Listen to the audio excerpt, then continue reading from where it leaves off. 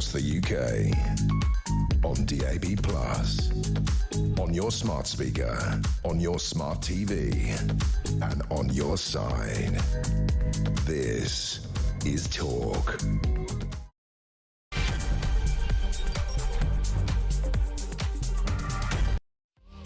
Well, a very good afternoon. I'm Peter Cardwell. Thank you so much for your company here on Talk Drive. There's an awful lot to discuss between now and 7 o'clock. I want to make sure your voice gets on the air, of course. You can watch us, of course, on your connected device or on YouTube. So whatever screen you have in front of you, whether it's your phone, your tablet, your television, or your computer, you're very, very welcome to watch us as well as listen to us on DAB and your smart speaker. So do keep with us till 7 o'clock. There's loads to discuss, including early prisoner releases, warning in regard to the public safety. The head of the Metropolitan Police says, guess what? People will be less safe if there are a load of prisoners walking around. Who'd have thought? Sadiq Khan as well calls for cannabis to be decriminalised. He says it's putting a wedge between officers and certain ethnic communities. Look, it's illegal, and if the police did their job, they'd be cracking down on it a lot more than they are already. Also, 2 cops cleared of assault after a video showed them pepper spraying and tasering a 92-year-old amputee who died 3 weeks later. What happened there, we'll find out. Kemi Badenoch could be ousted this year. Dominic Cummings says that, the former and controversial chief advisor to Boris Johnson. He, of course, went to Barnard Castle to test his eyesight, but he says Kemi's vision isn't much better. We'll find out why Thames Water has been fined £122 million in the biggest ever penalty. And the Hamas Gaza chief, the butcher of Khan Yunis, Mohammed Sinwar, has been killed by Israel. So lots to discuss. We'll talk about the sport as well, and we will make sure that we get all your views on the air. 0344 499 1000 is the number to call. You can text me, 87222 with the word talk in your text. You can tweet me at talkTV, follow me at Peter Cardwell. You can send me a voice note, you can send me a WhatsApp text message, or you can give me a ring on 0344 499 1000. I am very, very clear that I do not think cannabis should be legalised. What do you think? Let me know. 0344 499 1000. Lots to discuss on the programme between now and 7 here on Talk. And of course, if you want to talk about anything else, if you want to talk about the 2-child benefit limit, for example, plenty of people still have opinions on that. You're very, very welcome to send them in. We are, of course, monitoring what's happening in Liverpool as well. Things have quietened down quite a lot. Life is getting slightly back to normal there, but 7 people remain in hospital in a stable condition following that incident on Monday, of course. The 79 people in total have been spoken to by the police who have been injured there. The 53-year-old man from West Derby was arrested on suspicion of attempted murder, dangerous driving offences and driving while unfit through drugs, remains in police custody. He's had his custody extended. The investigation team were granted further time earlier, so he'll be in custody probably until tomorrow. They've got to decide whether they're going to charge him or not. If there are any developments on that, of course, we will bring you up to date between now and 7 o'clock.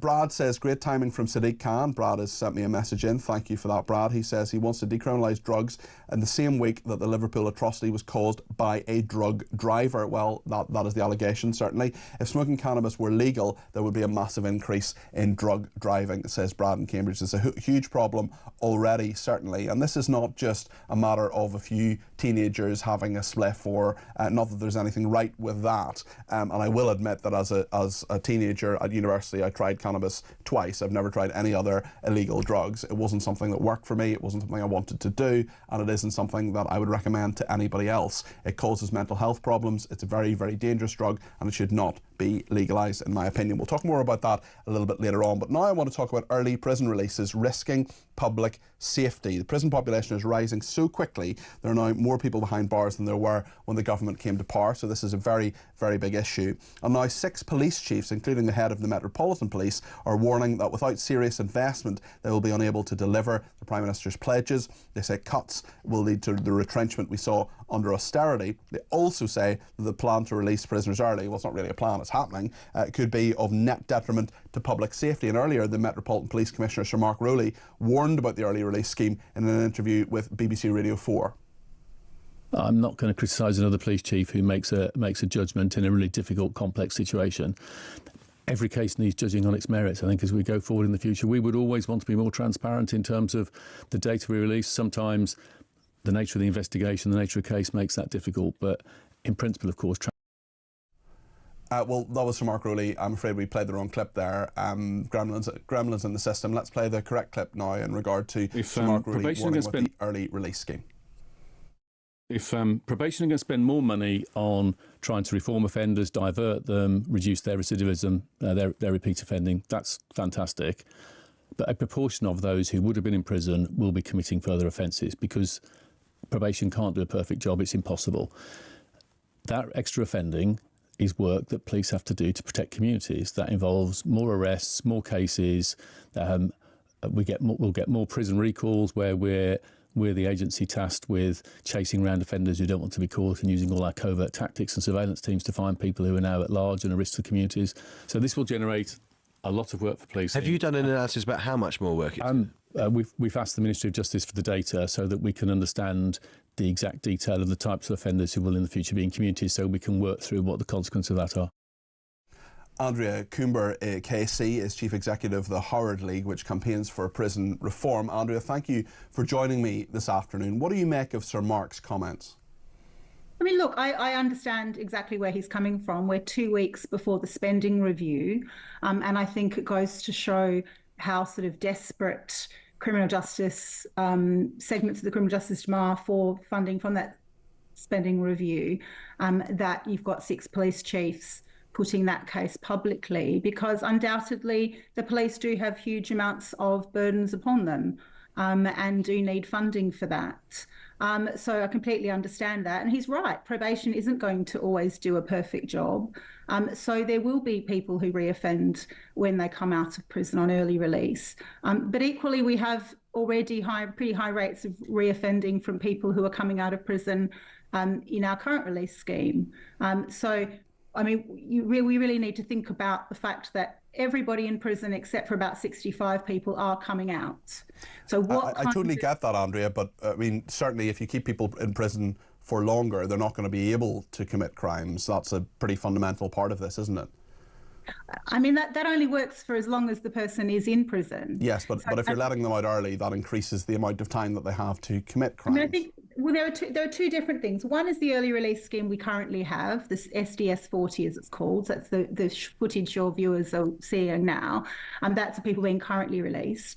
The plans that Mark Rowley is talking about are the plans in the sentencing review, which will see people on many standard determinant sentences, spending 30% of their time, but then spending 30% of their time in prison, then 30% of their time in the community under intensive supervision. So having curfews, tags, being forced to do unpaid work, all of those kind of alternatives. But is there evidence that the probation service can actually intensively look after those people and monitor them and make sure that they're not committing crimes? Because if you're a victim of crime and you see a sentence for someone and you think, well, they're actually only going to serve 30% of that behind bars in prison in the traditional way that people think a sentence is served, that is something that is going to cause a lot of distress, anxiety and annoyance to a lot of people, especially when they've gone through a very, very difficult time in regard to the criminal justice system.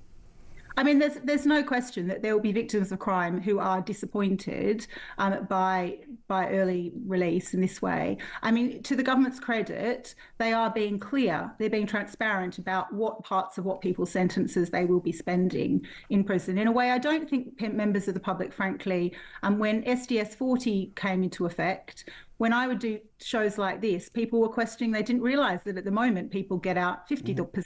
Well, previously got out 50%. So I think there has been a move towards more truth with the public, which can only be a positive thing. But the truth is, it's positive. It's positive, perhaps, that the truth is there, and the government and the Ministry of Justice and the probation service and the prison service is being transparent, and that's good. But it doesn't make it any better for people who want people locked up for longer. There are many problems in the prison system. I'm not saying there aren't, but the fact is that if you commit a crime, you should do at least some time. And my argument would be... Well, everybody already is doing time, Peter. Like, in this country, they do a lot more time than they do in Scotland or Northern Ireland or anywhere else in Western Europe. We already have longer sentences for every offence than anywhere else in this country. But if you're only serving 30% of that sentence, well, it's 30% of a longer sentence. But if you're a victim of crime, you want someone sent away for the whole time, presumably. Many people do anyway. I mean, I think most people who are victims of crime, and having been one and worked with them for years, most of them want it to not happen to anybody else. So you need to look not at what sounds tough, but at what is effective. And if you want to drive criminality and drive reoffending and drive making people victims of crime, then put people in prison. I mean, prison is the least effective solution we have for crime prevention. Much better that money and resources spent on probation. I mean, you asked me before. Is it not more straightforward and more honest to say that prison is the least effective thing for longer term reoffending? When someone's in prison, they can usually not commit crime. No, I mean, quite the opposite is true. I mean, the people who've got the lowest rates of reoffending are frankly those people who are in prison on really long sentences. So people who commit sexual offences and murder tend to have by far the lowest rates of reoffending. It's people who have their lives disrupted through prison, in and out through the gate, who have amongst the highest rates of reoffending. I mean, you asked about probation and whether probation is ready. I think there's a real question there about what support there's going to be for probation, because every one of these people who is not serving is coming out after their 30% is going under the supervision of probation. And I know that 700 million, I think, has been committed by Treasury in the spending review to electronic monitoring and support for probation. Government's announced increases in numbers of probation officers, but that's not really enough given the retrenchment of support to probation over the last 14 years. So I think there's a real struggle. When I meet probation officials, they are professionals. They are already feeling the strain. So do you disagree then? Do you disagree then with Sir Mark Rowley and these other people, such as the Deputy Director of MI5, the Director General of the National Crime Agency, when they say or they argue that these people out on the streets, in whatever capacity that is, whether they're under supervision orders or not, the fact is they're not behind bars. They're saying that this is a greater risk to society. Do you agree with that as a general principle? Obviously, not like when you let more people out, there are going to be some of those people who then reoffend and will then require the services of the police. And that's why the police chiefs are making this plea for more funding. I mean, it's sort of one of their arguments for trying to get more funding is that they're dealing with more protesters, they're dealing with problems in Gaza, they're dealing with people who are going to be early released. It's one of their many arguments they're making, quite publicly, I have to say, for a kind of favourable response in the spending review. And I understand why they would be wanting to do that. But if you can move to a system of using prison for those people who need to be in prison for a period of time and then moving them to the community where we know that people have lower rates of reoffending when they're under the support of probation than if they spend a longer time in prison and then come out, then that's ultimately better for the public and for public protection. That means there'll be fewer victims of crime, which is what you and I both want. Thank you, Andrea. That's Andrea Coomber there, KC, who is the Chief Executive of the Howard League, which campaigns for prison reform.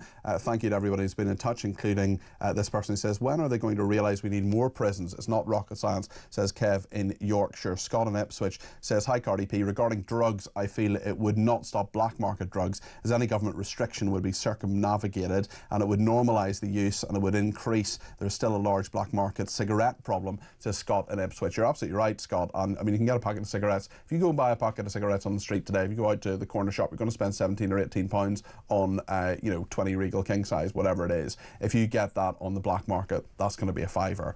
Cliff in Berkshire says, please ask Andrea if locking people up earlier in their criminal career would stop those offenders from getting the crime habit, says Cliff in Berkshire. Well, we know that young offenders, if you go to a young offenders institution, you know what the cost of that is? The cost of one young person in a young offenders institution is something like £170,000 a year. To send a common or garden criminal to Wormwood Scrubs or Brixton Prison or wherever, in Glasgow or wherever, that average is about £54,000 a year. We want those people to A, not commit crimes, but B, when they get out, and as Andrea correctly points out, only 65% of people, Wayne Couzens, Rose West, people like that, have full life tariffs and will die in prison. Well, actually, the people who come out, they've got to be in some way committed to paying taxes, getting a job, having a roof over their head, and becoming good citizens rather than simply being criminals. Jane says we need to start looking after the law-abiding citizens. The criminals are ruling the roost. We need to get back discipline and ask why crime is off the scale in this country. This needs an honest conversation. We're going to have it here on this station. 0344 499 1000. Be sure to give me a ring. Let me know what you think. Plenty to discuss here on Talk. We'll be back in a second when we'll be talking about this crazy scheme by Sadiq Khan for cannabis to be decriminalised. He's completely wrong. I'll tell you why, and maybe you can agree with me or disagree with me. Let me know. As I say, 0344 499 1000. Stay with us.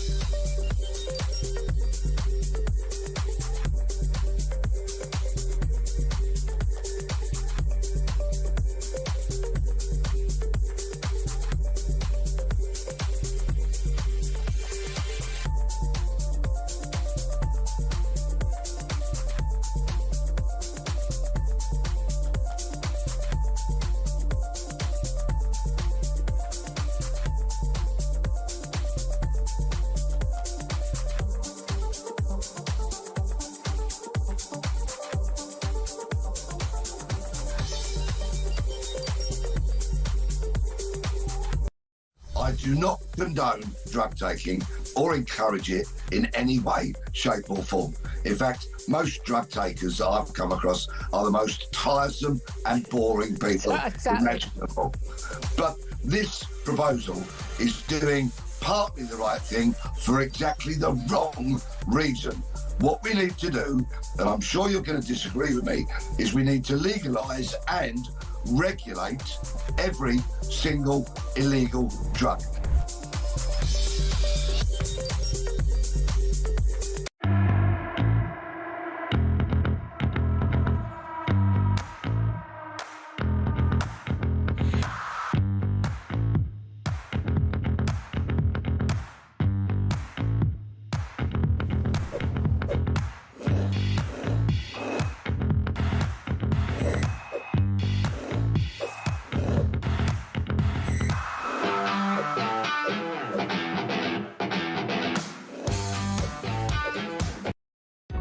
Across the UK, on DAB+, on your smart speaker, on your smart TV, and on your side.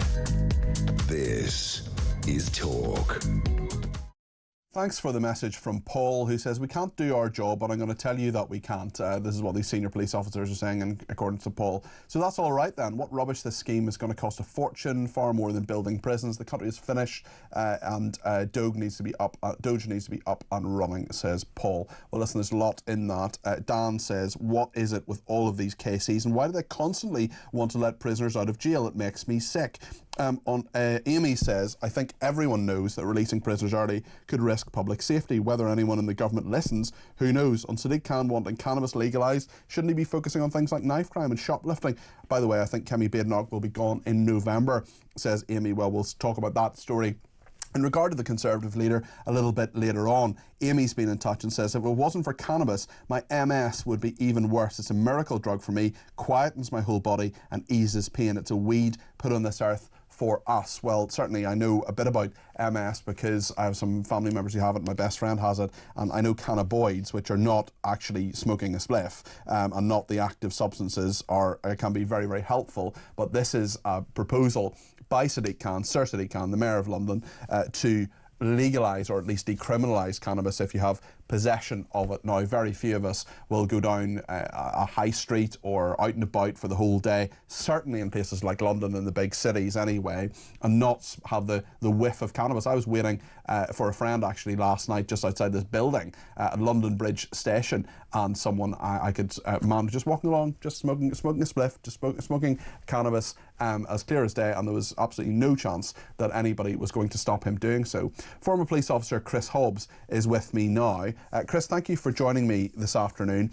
I wonder what you think about the plan by the Mayor of London to decriminalise cannabis, especially in light of a report from the London Drugs Commission, which says the extent of the harms of smoking cannabis were not yet clearly understood. Quite frankly, I'm appalled. I'm not surprised, because this was mooted a few months ago, wasn't it, when he visited a cannabis farm out in Florida. I've worked extensively out in Jamaica, where cannabis is legalised. I was out there about the time it was moved from a Class B to a Class C. And everyone I spoke to, including the drugs don, who I met in one of the garrison areas, said the same thing. Don't do it. It's ruined out a lot of our young people. We're only going to legalise it if we do because of tourism. Just don't take that step. Well, we did take the step. It went to Class C. Then we moved it back to Class B again. I think it's an appalling idea. And what he's after, I think, it's not just about decriminalising small amounts. It's about legalising the whole shooting match. And apart from the examples you rightly gave recently, the actual stuff they sell on the streets and would be available in shops is not a good thing for you. It can cause all sorts of damage, and even now, because of its use, what we're seeing on the roads of this country are increased instances of people driving not so much under the influence of alcohol, but under the influence of drugs, including and specifically cannabis. So all in all, I think it's an appalling idea. I'm not surprised. You know, he shot small businesses in the foot yesterday, and he's followed that up today with this proposal. I'd be appalled. I think most police officers who have to deal with increasing problems on the streets will be appalled. I haven't seen any example of any police officer as yet agreeing with it.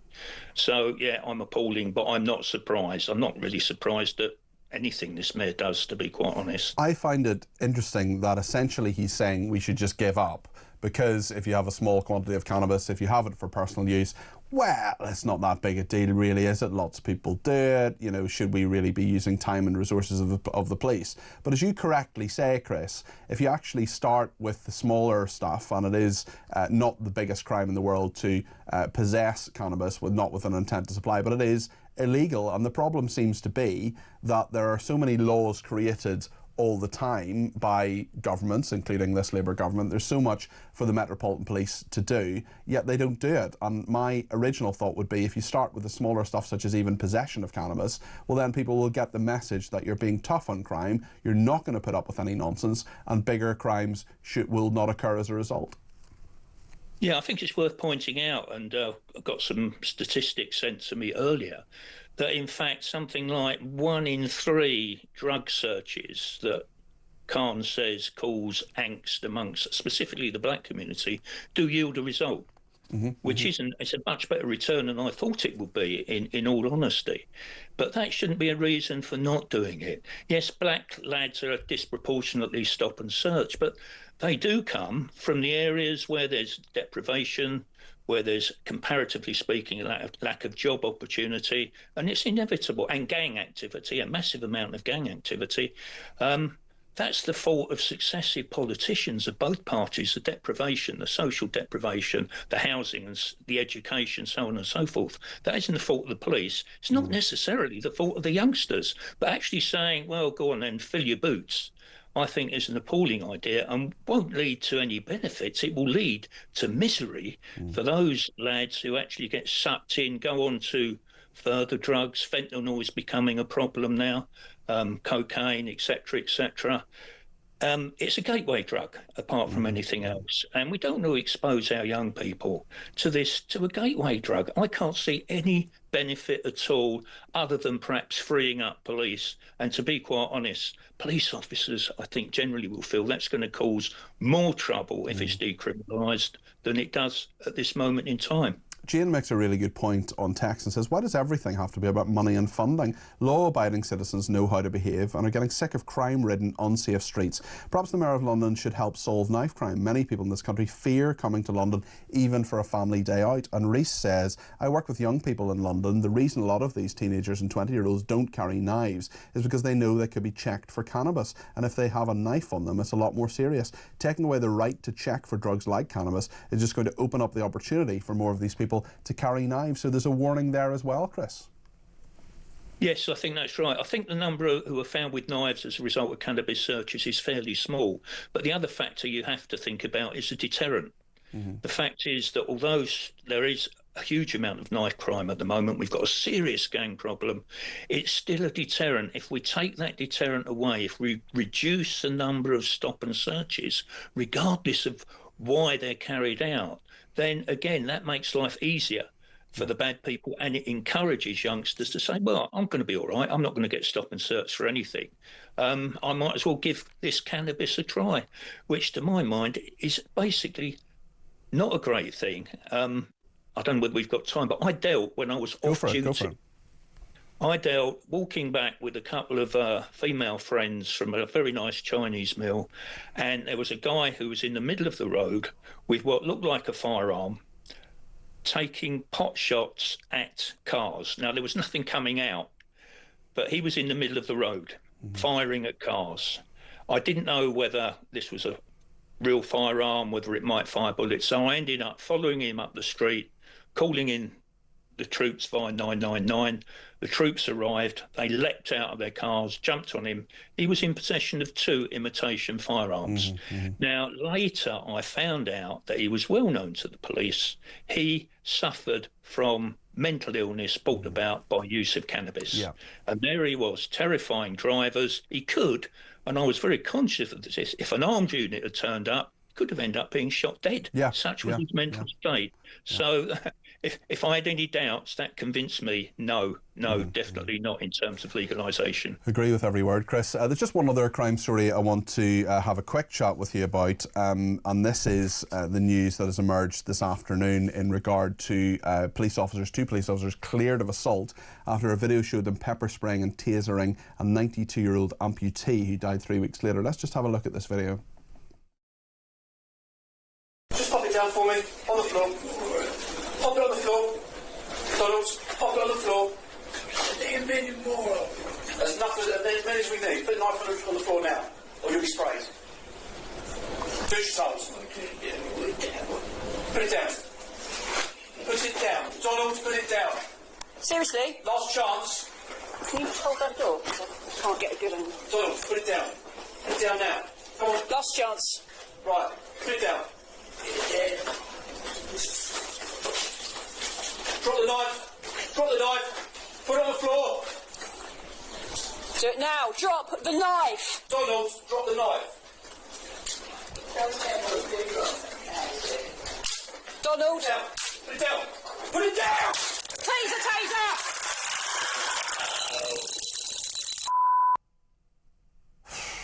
My goodness, well, those police officers have been cleared of assault. Chris, what do you make of this? Yeah, optically, it doesn't look great, without a doubt. That's the first time I've actually seen the footage, in all honesty. I haven't seen it before. I've obviously heard about the case. No, it doesn't look great. And he was holding a butter knife. Now, he was threatening people, but right. 92-year-old amputee, this is a strong way of dealing with him anyway. It is. And yet he's been found not guilty. I'm reluctant to sort of offer too many opinions, because this is stage 1 of a process. So in other words, the jury has found him not guilty, but almost certainly what will happen now is those officers will face a gross misconduct hearing. Yeah, they will also face later, I suspect, because I think the gentleman died 3 weeks after this incident, probably have to go to an inquest, and possibly at the end of the day, the force may end up being sued. So there's still some steps to go. Optically, no, it doesn't look great. But at the same time, I wasn't there. I don't know what led up to it, the build up to it. So I think we need to let everything. Let everything basically take its course. It's going to be very interesting to hear what the gross misconduct hearing lets us know about the full circumstances of the case. But Okay, Chris, thank you for your thoughts. Chris Hobbs there, former police officer. Louise says, why don't we get a prison ship in until we sort out more places? The whole system is broken and it doesn't help when private companies are running these services for profit. Why should law-abiding taxpayers have to be put at risk due to the government's incompetence? Paul says, is Sadiq Khan living in the real world? I would estimate drugs or drug dealing is responsible for the majority of knife crime in London. All roads lead back to the biggest problem this country faces, drug dealers and drugs. Nobody at the top ever mentions it. Michael in Chester says, I really don't know how people can condone the use of drugs. I was young once and dabbled, but stopped 30 years ago. Things have only got stronger and more dangerous. Well, lots to discuss on that. Keep your calls coming on. We'll take some in a minute. 0344 499 1000. Also going to talk to James Heal, Deputy Political Editor of The Spectator, about whether Kemi Badenoch could go this year. That is what Dominic Cummings, the former Chief Advisor to Boris Johnson, has said. Stay with us here on Talk.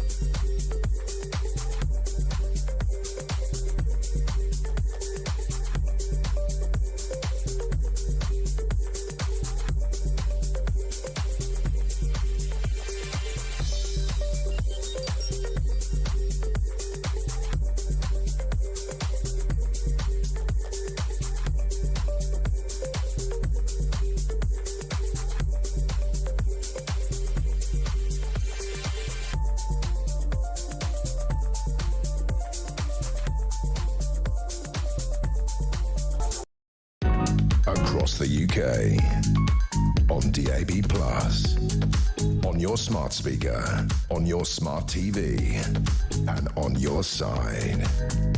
This is Talk. Well, thanks everybody for getting in touch on, especially on the cannabis issue. Many people sending me tweets as well, including Carol, who says, I don't think cannabis should be legalised. I have never taken any drugs. Graham says, Peter, there was a time when things were run for the majority whilst treating the minority with respect and understanding. Now the Mayor of London and his ilk have turned this on its head. The UK is now run for minority interest in every aspect of our lives. Well, thank you for those. Steve has given me a ring from Somerset on cannabis. Steve, you're very welcome to the programme. What would you like to say? Well, I lived half my life in Thailand, in Phuket. 2.5 years ago, the government made it decriminalised and encouraged the sale of cannabis and the lower form of drugs.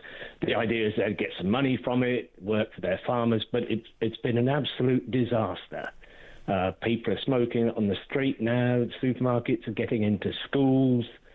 You can buy this sort of stuff now in a lot of bars, and there's been cannabis shops set up.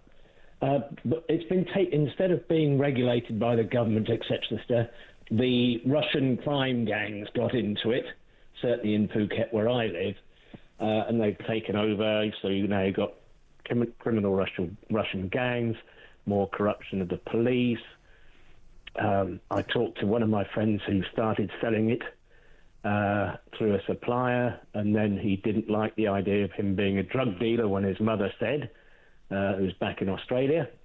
And so he tried to stop it, and he said, you can't. Yeah. I just think it's one of those things that, you know, it has huge damage to so many people. And look, you can make the argument very straightforwardly and say if alcohol or tobacco was discovered or invented now, you know, we wouldn't market it, and that's fine. But we do have an option on this, and we've got to fight against the black market. You can't just say, oh well, they'll just do stronger and stronger products, and we need to just accept that the black market is a fact of life. There does need to be some form of law enforcement here, and I just think that Sadiq Khan is essentially holding his hands up and saying we can't control cannabis in London, therefore we're not going to even try. Exactly. Yeah, and in a bar that I was at, somebody said, "Oh, I don't smoke cannabis." He says, "How would you like cocaine?" Now I was 70 years old, and this was a year ago, and I thought, absolutely ridiculous. Yeah. And funny enough, the guy who used to be an estate agent for an American company has disappeared because he started selling in different bars as well, crossing the lines. Right. And he's disappeared. Nobody knows where he's gone. It's a murky world out there. Listen, thanks for your perspective on there, Steve. Let's hope he's okay. Dre has sent us a voice note on cannabis as well. Just on the cannabis situation, I understand that the cannabis is illegal, but shouldn't you be calling out for cigarettes to be not legal too? Considering all the proven deaths that they cause each year, maybe you should call out, a ban for cigarettes too. That's another health issue. Dre, you're right, and I just made that point just a minute ago. I wish that people didn't smoke. I know some people do. People have the freedom to do it, and they should have the freedom to do it because it is legal and has been for many, many years. Similarly with alcohol, I don't drink, for example. I'm not a Puritan. I don't think that, but in terms of alcohol is a different matter, but cigarettes, they're bad for you. There are a load of chemicals in it. They eventually kill many, many people. But there are very few people who don't know that, and they know the risks that are associated with them, and also the expense. Lots going on here. I want to talk about the wider politics of the day. Perhaps we'll start with the cannabis story, actually, with James Heal, who is Deputy Political Editor of The Spectator. James, good afternoon to you.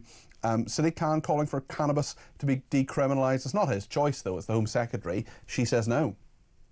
Yeah, and I think that sort of sums up the kind of invidious position that the Metropolitan Police is put in, which, of course, is that every time we get a new Metropolitan Police Chief Commissioner, of course, they have to be appointed by both the Mayor of London and the Home Secretary. And so we have this weird position with policing in London. And I think it also comes down to the decision of law as well. And so, of course, it does make it slightly all the more baffling that Sadiq Khan has spent so much time, effort, money and political capital investing in this when we, of course, know it's not going to happen.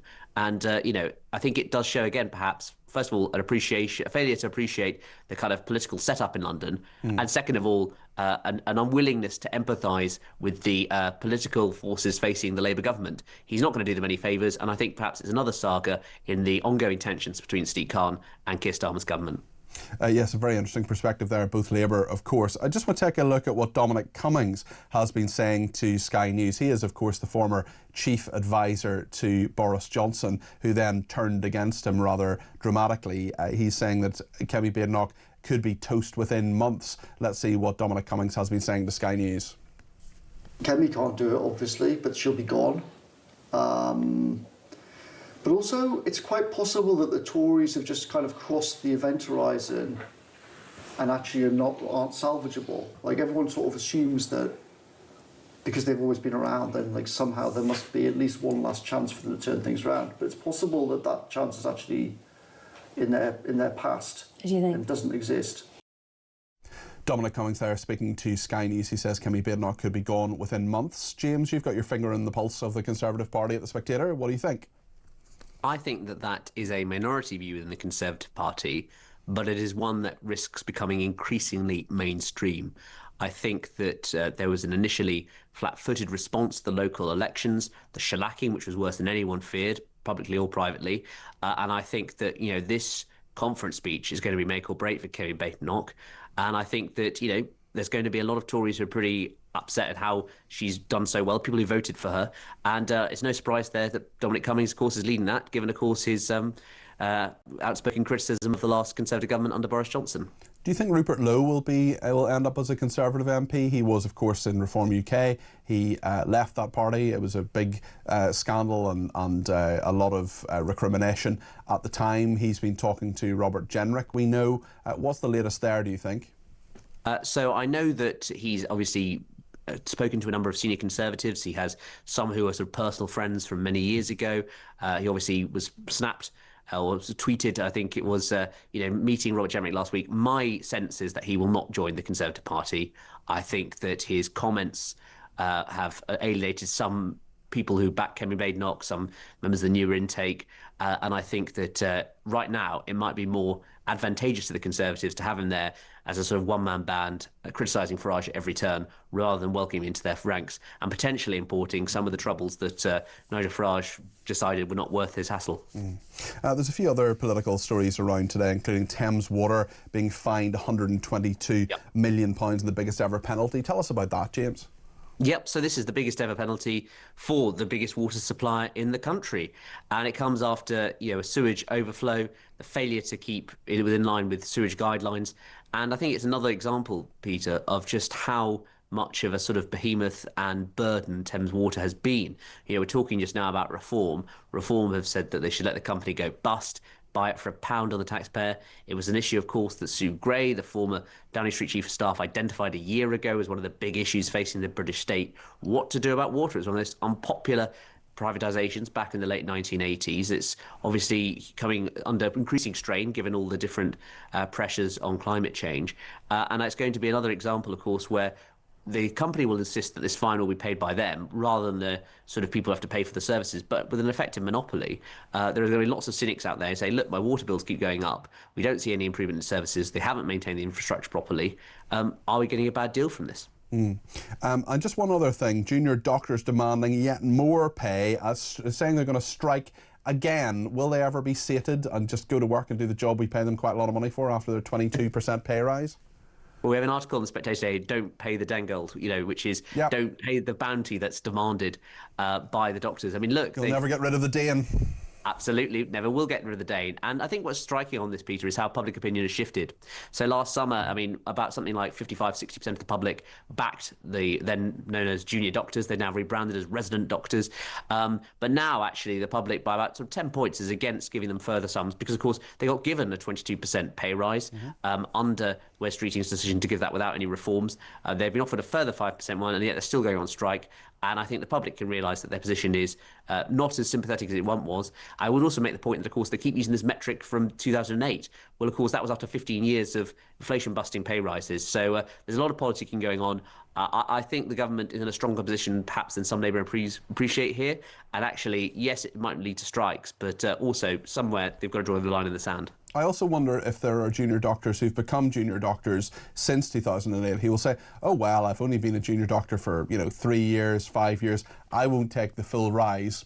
I think that would be an interesting one to probe somewhat. James, thank you. That's James Heal there, who's Deputy Political Editor of The Spectator.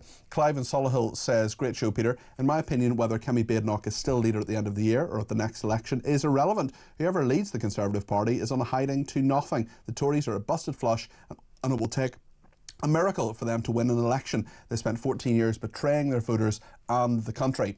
And lots of other people in touch on cannabis. Danny says cannabis isn't a gateway drug to cocaine. Alcohol is the gateway to cocaine. Crystal says, as it is, it seems businesses can't stop someone from stealing a sandwich. What will it be like when cannabis dispensaries are all over the city? Regulation would be difficult, I'm afraid. Very, very good point there, Crystal. Thank you. Another person says the number of people who drive, even blatantly, smoking a spliff is going to go through the roof if cannabis is legalised. Also, I'm sick of putting my washing out to dry and bringing it in stinking of cannabis, says Jeremy in Berkshire. Stuart in Perthshire says, afternoon, Peter, I'm stunned that they tasered that old man when all he had was a butter knife. What has happened to our society? 30 years ago, when I was a young man, the police would have just walked up to him and disarmed him with little fuss. I think all the health and safety rules have made everyone, especially the police, so cautious they don't know how to do their job anymore. Jane says, some of us mentioned to you when Kemi became leader, Peter, that her job was to hold Starmer to account at Prime Minister's questions. She has failed. She was never going to be the leader in the long term. And just one more before the break. We're going to talk about Gaza and Israel and Mohammed Sinwar being eliminated by Israel in just a second with Colonel Richard Kemp.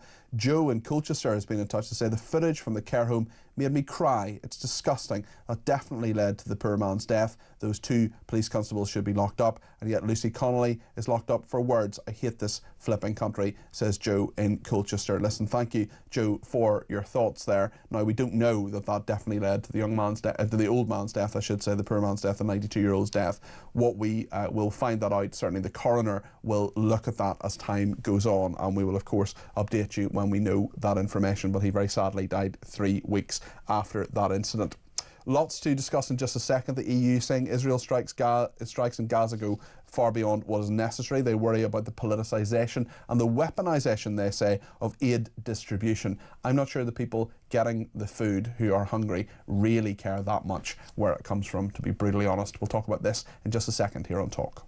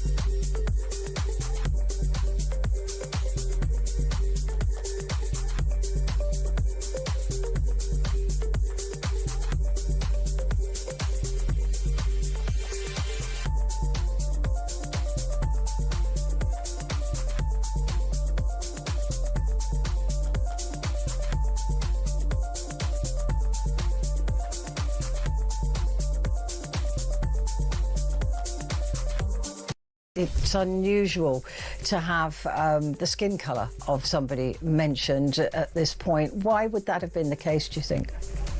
Because of the irresponsible behaviour of people on social media and some in the mainstream media, which we saw with the incident only down the road in Southport. The police, if they've not got any grounds to think it's terrorism, will say so really early on. It's quite sad, really, that the police are trying to second-guess what the social media will be doing with the information, rather than concentrating on doing their job.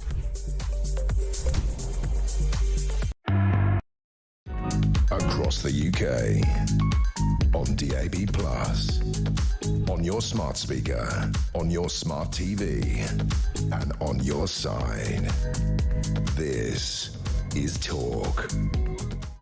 Lots coming in about the situation with a 92-year-old man who was in a care home. He was threatening staff with a butter knife. Police came and used a baton on him and tasered him. Those 2 police constables have been cleared of any wrongdoing. Ange in Edinburgh says, hi Peter, I was a mental health nurse who specialised in cognitive impairment on the elderly. I've dealt with many situations much worse than the one in which that poor man was tasered.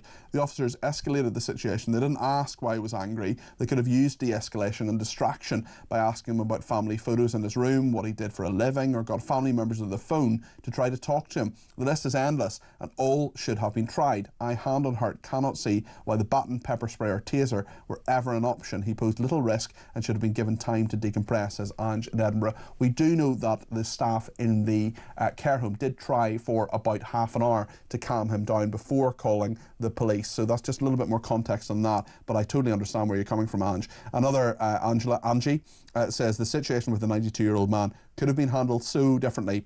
The officers need to sit down with him, actually talk to him and see why this man was frightened. It will take time, but better outcomes can occur. And Ray says, the policeman had an extendable baton in his hand, which he could have used to hold down the man's hand and remove the knife. I fear the training these days isn't up to much. I speak as a retired officer who has disarmed a lot of younger knife men. Ray, thank you for that. I'd love to talk to you on the phone, actually, Ray, if you have a sec between now and 7. Maybe you could give me a ring and tell me all about it. 0344 499 1000. We will take some more calls. But some breaking news now on Talk, and that is that Russia has offered Ukraine a date and place for negotiations in the coming days to exchange memoranda on the settlement. Vladimir Putin's negotiator Vladimir Medinsky has said. Russia is waiting for an answer as soon as possible, he said, confirming a telephone conversation with Rustem Umerov, who is Ukraine's defence minister. Well, Colonel Richard Kemp is with me now. He's a former British Army commander. There's quite a number of issues I want to talk to you about, Richard, but just a quick reaction to what Russia is saying there in regard to Ukraine. Yeah, I mean, we've heard this sort of thing before from Russia about offers of peace talks, etc. It may be this is a genuine move by Russia, perhaps in light of the sort of apparently hardening up of the approach of some of Ukraine's allies towards the war. For example, Germany and other Ukrainian allies have said that Ukraine can now start using the weapons it supplies anywhere in Russia, including against Russian targets inside Ukraine. So it may be things like that. And of course, the pressure by President Trump could have led to something that might be genuine. But I think we have to obviously treat this offer with caution, although I'm sure the Ukrainians will take it seriously, because I think it's in everyone's interest now for this war to conclude as soon as possible. Richard, what we had originally asked you to talk to us about was that the Hamas chief in Gaza, Mohammed Sinwar, has been eliminated by Israel. He's the younger brother, of course, of the terrorist group's former leader, Yahya Sinwar, who was killed by Israel in October last year. Sinwar was known as the Butcher of Khan Yunis, who was targeted in Israeli strikes in southern Gaza earlier this month. The fact that this horrible terrorist leader is gone is no doubt a good thing, but does it bring peace any closer? Potentially it does, I think. I mean, he was the leader of Hamas inside Gaza, which is somewhat distinct from the Hamas leadership in Qatar. And we'll have to see who replaces him, if he is replaced. There may be a power struggle inside Gaza for his replacement, because his successor is not obvious at the moment. And we understand, I mean, this could be wrong or right, I don't know, but certainly my understanding is that the leadership of Hamas inside Gaza are more willing to look to end this war than the leadership, the leadership in Qatar is more willing to end this war than the leadership in Gaza. And that's because of hardline people like Mohammed Sinwar. So it may be that his death could lead to some kind of ending of the conflict. We'll have to wait and see. I'm not overly optimistic about that, but it's a possibility. And Richard, in regard to Kaja Kallas, who is the EU's top diplomat, former Prime Minister of Estonia, not exactly known for her pro-Israeli views, she says that Israeli strikes in Gaza go beyond what is necessary to fight Hamas. We don't support, I also want to talk about her views on aid in just a second, but what do you make of that comment in regard to the strikes going beyond what is necessary to fight Hamas? Do you agree with her? Well, I'd like to know what she thinks is and is not necessary. Is there some kind of a magic number she's got in mind for the deaths of terrorists or for collateral damage among civilians? Is there some kind of formula that she's working on? Because certainly as far as I can see, and I've been following this war closely since it began, and I've been in Israel for much of the time since the war began, as far as I can see, everything Israel's doing now is necessary. It's taken a long time. It's resulted in, unfortunately, a large number of civilian deaths and casualties and massive destruction inside Gaza. But every single death and casualty is because Hamas keep fighting. Until Hamas can be stopped fighting and stop preventing a threat to Israel, Israel has to keep attacking effectively. Every death inside Gaza is caused by Hamas, every single death. Anyone who's hungry in Gaza is the responsibility of Hamas. They started the war. They're holding Israeli hostages. They're continuing to fight. They could end the whole thing immediately by laying down their arms and handing over the hostages. And if people like this UN official would, instead of criticizing Israel and condemning Israel, would appeal to Hamas and stop providing some form of tacit support to Hamas, which has been coming out of the United Nations, then perhaps the war could end sooner. But Richard, Israel's always wrong about everything, as we know. They can never do anything right, according to so many people, including Kaya Kallas. Another word we never hear is the word Egypt, certainly when it comes to borders and so on. I want to ask you about the aid situation, because Kaya Kallas has also said, this EU official has also said, we don't support the privatisation of the distribution of humanitarian aid. I mean, the fact is it not, that up to 90% of the aid that has been sent in previously has been stolen by Hamas, has been given to its leaders, has been resold then to people in Gaza at grossly inflated prices. And what I think, and you're the expert, Richard, and we're really interested in your view on this, but what seems to be happening is that Israel and the United States, through this new scheme, are essentially saying, we're not going to put up with that, we're going to do it our way, we're going to make sure people get fed, but we're not going to do it by working with Hamas, which of course the United Nations has done over and over, especially through the completely discredited organisation of UNRWA, which had some of the Hamas terrorists actually on the UN payroll. Yeah, what's interesting to me is that there are the two most prominent organisations or entities that have condemned this new Israeli and US project to get aid to the citizens of Gaza are the United Nations and Hamas. Now that says more about the United Nations, that they're playing the same tune as Hamas in condemning this Israel aid effort. The reality is, as you rightly said, that a huge amount of aid that's been provided, facilitated anyway, by the IDF into Gaza while they're fighting on the same territory, which is unprecedented. But a huge amount of that aid has been hijacked by Hamas, and they've stolen it for their own purposes. They've sold some of it to Gazan civilians. Free aid sold at a premium by Hamas to people who need it, which raises funds for Hamas terrorism. Mm-hmm. And they need that to pay their terrorists and to recruit new terrorists and train them. So the aid system that's existed up until now has been very much in Hamas's favor. It's benefited them financially, it's benefited them in terms of their own survival, and it's benefited them in terms of their ability to control the population inside Gaza. Now, if they're deprived of that by this new scheme, that can only lead more quickly, I think, to the end of this conflict. And you're absolutely right. That is a weapon of war as well, isn't it? Yeah. To circumvent that system. And also the fact that the amount of aid that has been sent in, given the quantities, should have kept everybody in Gaza fed until the end of July. The question the UN doesn't seem to ask, and the EU doesn't seem to ask the question either, is where has this gone and why? Yeah, well, the UN is not just over this war, but many elements of the United Nations have been very, very anti-Israel, and almost anything Israel does in the UN's eyes is wrong. They simply cannot accept that Israel is fighting a just war, and is, among other things, is countering Hamas's human shield efforts to get their own civilians inside Gaza killed by the IDF if they can, in order to isolate and vilify Israel, and also to control the aid. Now, that's been done with the assistance, with the facilitation of the UN.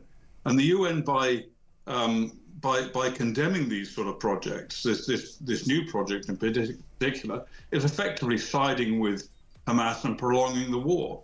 And it's an absolute disgrace. And unfortunately, our own government has, in a way, has contributed to this situation. Our own government has not supported this effort, and few other governments have supported this UN effort, which they should have done. But they think there are more votes and more popularity in condemning Israel and accusing Israel rather than accusing Hamas and trying to support Israel in its efforts to put an end to Hamas. We'll have to leave it there. Colonel Richard Kemp, thank you very much indeed. He's a former British Army commander. We'll talk more about this and, of course, about the 92-year-old tasered and early prison releases risking public safety next here on Talk. Stay with us.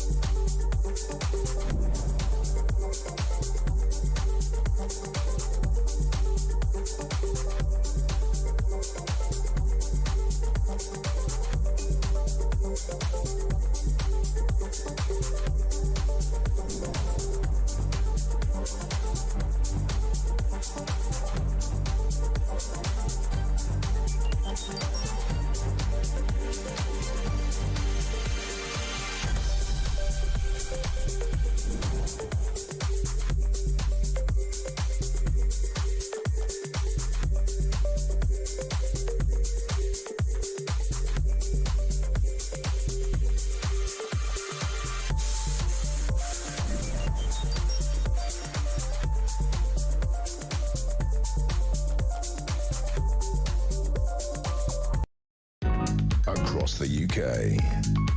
On DAB+, on your smart speaker, on your smart TV, and on your side. This is Talk.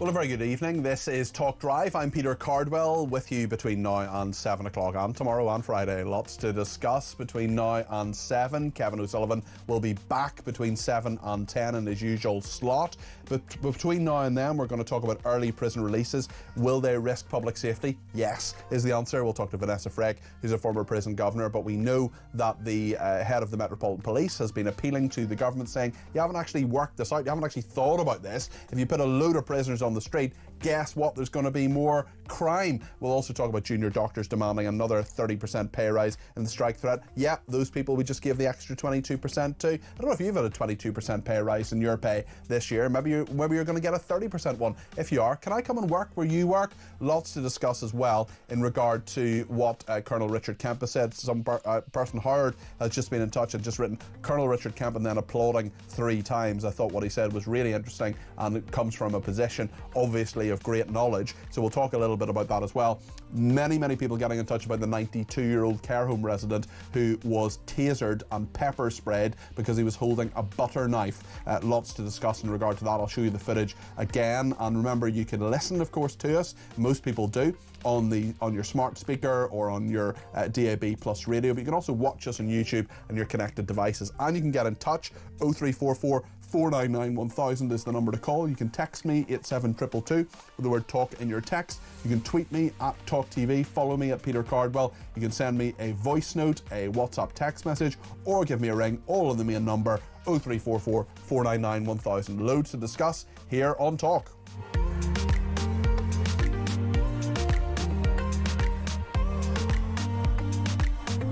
Well, Vanessa Freck is a former prison governor, also author of a book called The Governor. We'll talk to her in just a second, but we're just going to remind ourselves right now of what Sir Mark Rowley, the Metropolitan Police Commissioner, said to BBC Radio 4 this morning about the early release scheme. He and a number of others, senior people like the Deputy Director General of MI5, Graham Bigger, the Director General of the National Crime Agency, Gavin Stevens, the Chairman of the National Police Chiefs Council, and Vicky Evans, who's the National Lead on Counter-Terror Policing, also the National Lead on Criminal Justice. There's a number of very senior people in regard to law enforcement say there's not enough money, and if you let people out in the streets, there's going to be a big problem. This is what Sir Mark Rowley told Radio 4 this morning. If probation are going to spend more money on trying to reform offenders, divert them, reduce their recidivism, their repeat offending, that's fantastic.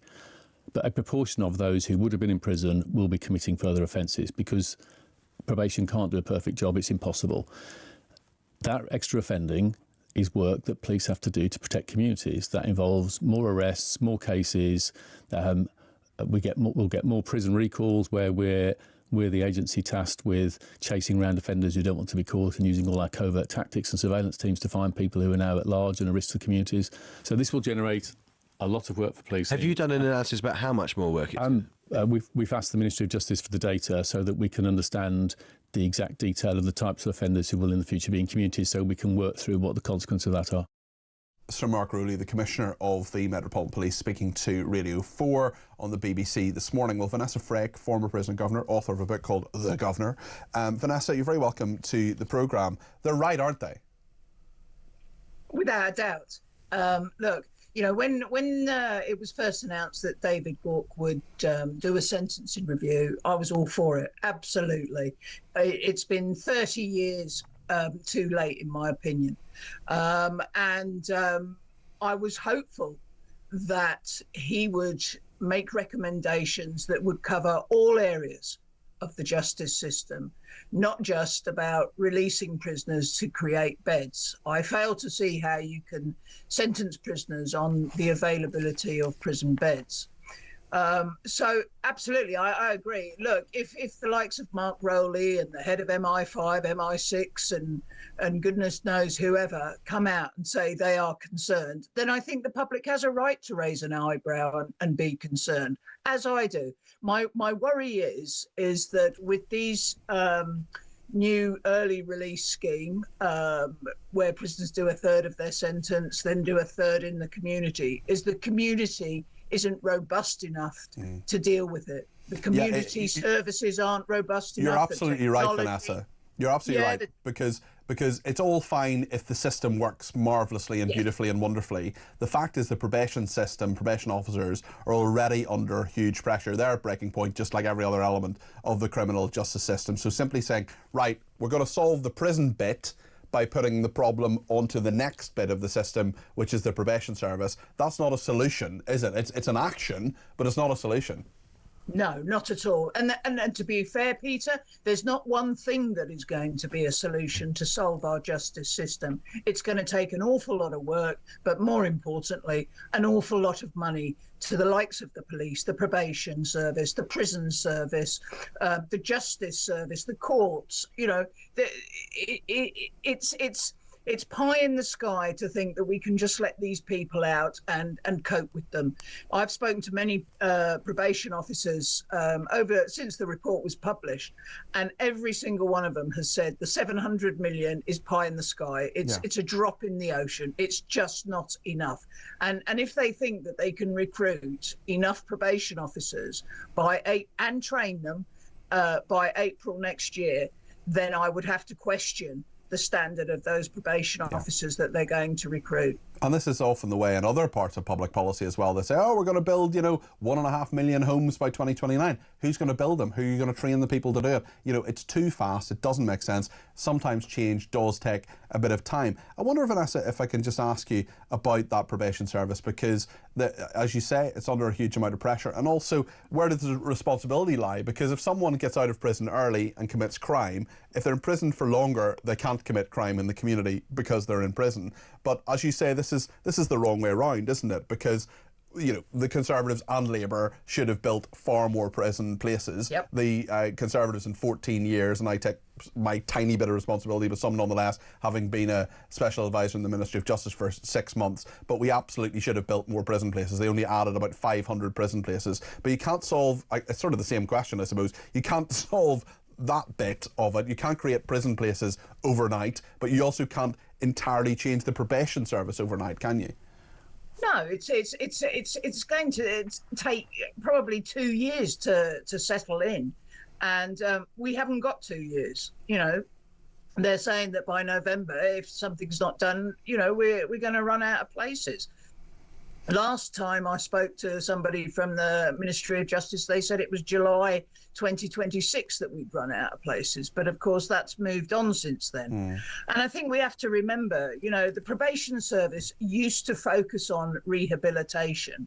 Now they're focused on monitoring prisoners, making sure they attend appointments, etc., etc. And where does the rehabilitation actually come in all of that? Where do we get these people who are coming out of prison? Everybody gets out of prison apart from the 65 or so who are on whole life tariffs, the Rose Wests and the Wayne Cousinses of this world. We want them to be good citizens. We want them to get a job and have a roof over their head and contribute taxation so they don't go back into prison and causing us to spend another 54 grand a year, and that's just for a normal common or garden prisoner before you get into all the stuff about youth offending and the price of all of that as well. Vanessa, can I ask you another story that you'll definitely have a perspective of that's in the news today? The Mayor of London, Sadiq Khan, wants to decriminalise cannabis. Now, I just wonder if that would mean crime goes down. I think the answer is no, but I just wonder what your perspective is on this. Look, okay, so another Sadiqism for London. Look, your own personal use of a bit of cannabis, I don't have an issue with. But what I do have an issue with is dealers hanging around outside schools, hanging around outside universities, pushing their drugs onto people. And unless you go the whole hog and decriminalise cannabis, have specific places like in the Netherlands. I mean, I've been to Amsterdam, and to be honest, you can't go around a corner without smelling cannabis somewhere. And London is pretty much like that now, except it's illegal here.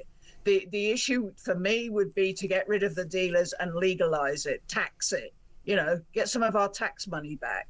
I don't agree with just doing a half-hearted job. You know, I've seen the results of long-term cannabis and skunk smoking, the psychosis, the ability of prisoners to be violent. You know, people who say it's harmless, I would beg to question that. Well, you're absolutely right to question it, and I think there's enough evidence to suggest that. One other story, sorry to ask you this, but you will have dealt on a number of occasions with public order offences, about dealing with prisoners in prison who are not doing the right thing, how you calm people down, how you deal with things. Big controversy this afternoon. I'm just going to play this clip of a 92-year-old in a care home who was holding a butter knife, threatening staff. They tried to calm him down for half an hour. And if this had happened in prison, I just wonder what you or your officers would have done at this particular occasion. The two police constables, they've been found not guilty of misconduct legally. They may well see there may well be a misconduct hearing. But let's just play this clip and then see what Vanessa thinks. Just pop it down for me, on the floor. Pop it on the floor. Donald, pop it on the floor. There's enough, as many as we need. Put the knife on the floor now, or you'll be sprayed. Do as you're told. Put it down. Put it down. Donald, put it down. Seriously? Last chance. Can you just hold that door? I can't get a good angle. Donald, put it down. Put it down now. Come on. Last chance. Right, put it down. Drop the knife. Drop the knife. Put it on the floor. Do it now. Drop the knife. Donald, drop the knife. Donald. Put it down. Put it down. Taser, taser.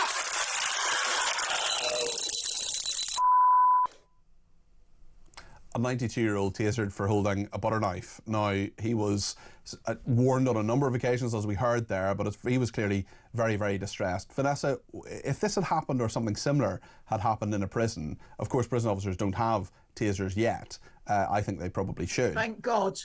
What do you think? What do you think? Do you think they did the right thing? I mean, I know it's difficult to see just from one clip, but if you had encountered the same thing in a prison when you were an officer, what would you have done? As an officer, I'd probably been told to kit up, grab a shield, and three of us would have gone in and splattered him against the wall and taken the knife off him. I'm sorry. I apologise. I don't usually have a go at the police. You know, they do an amazing job. But to see a 92-year-old tasered, sitting down, who was no real threat, to be honest, you know, I find appalling. Yeah, and I think there'll be a lot of questions still asked about it. Vanessa Frake, thank you very much, former Prison Governor, author of the book The Governor. Ray in Somerset has given me a ring about this. Ray, are you the same Ray who tweeted me? Yes, I am. Brilliant. Oh, thanks for giving me a ring, Ray. I really appreciate that. So you're a former officer and you've disarmed people. Tell us about what you would have done in this situation and about your perspective on this. Yeah, my perspective on this is that I know they spoke to him a number of times, but a guy at that age in a wheelchair, an amputee, he's not going to cause them a problem. I mean, sometimes if they've got a situation where you've got to talk to somebody for hours to talk them down or whatever, but they had a chance there, I suppose, for one to go one way, one to go the other, to speak to him gently. If they had both grabbed his arms at the same time, he couldn't have done anything. And I think really they made a meal of it. And so if they grabbed his arms, they could have got the knife out of his arms, no taser needed, no pepper spray. That's something that could have been done and you think should have been done? I think so. I think it's all down to the training. And I've been to... I joined in 1972 and I retired in 2002, so I've been out quite a while. But I've been back to some functions and everything, speaking to younger officers, and some of the stories I've heard now, you haven't got time to listen, but it would make your hair well, tell me one of them. Make my hair curl once, Ray. Tell me maybe the best one, or one that is perhaps the most shocking. Well, there's one where this policewoman resigned after about 3 weeks because they told her she had to work nights. That was one of the things. There was a colleague of mine who she was a detective, and then she retired, went on to look after training officers, and checking all their evidence before they put it to CPS. In this one particular case, the statement that she had to check was so outlandish that she said she called the guy in and said, look, you can't say this, you can't say that. All we want is a little bit of evidence, what you actually did. And he finished his statement by saying, I'm not prepared, as this is not my job, I'm not prepared to attend court. And she put him right. He made a complaint against her for bullying. Wow. So for saying, hold on a second, Sonny Jim, you've got to go to court. You're a police officer. You give evidence. Exactly. That's what, I mean, I've been in loads of magistrates' courts over the years. I've been in Crown courts, I've been in high courts. Police give evidence all the time. It's a fundamental part of their job. I always said, as a detective, you learn your trade in the witness box. Yeah, certainly, especially against some of those barristers that try to wrong foot you. Ray, I really appreciate you giving me a ring, and thanks for the tweet. I really appreciate you doing that. That's Ray in Somerset there. We'll take many more calls. We'll also talk about junior doctors, never happy. They're demanding another 30% pay rise. They say they're going to strike again. Jamie Jenkins will be with us to discuss that. Just before we go to a break, let me read a couple of messages from people who've been in touch, and quite a lot on the 92-year-old. Why did the care home call the police? Surely it would have been much easier to phone a member of his family. Surely they could have just taken the knife off him. What a ridiculous nation we are now, says Debbie. Hi, Peter. You have to remember these new junior doctors are fresh out of woke lefty universities, joined the hard left BMA, says Leslie, and quite a number of people on the former COP as well. Jane says, very far-fetched for now, but do you think Rupert Lowe could be the one who takes votes from Reform if he was to become leader of the Tories? I don't think Rupert Lowe is necessarily going to be leader of the Conservative Party, but I also don't think a year from now, on the 20th of May 2026, that Kemi Badenoch will be. That, I think, will come perhaps not just as immediately as some people think, maybe not as soon as Dominic Cummings thinks, but I think it will come after the Welsh, Scottish elections and the local elections, much bigger local elections actually in England than were the case earlier this month. Lots to discuss. Jamie Jenkins coming up in a second. Stay with us.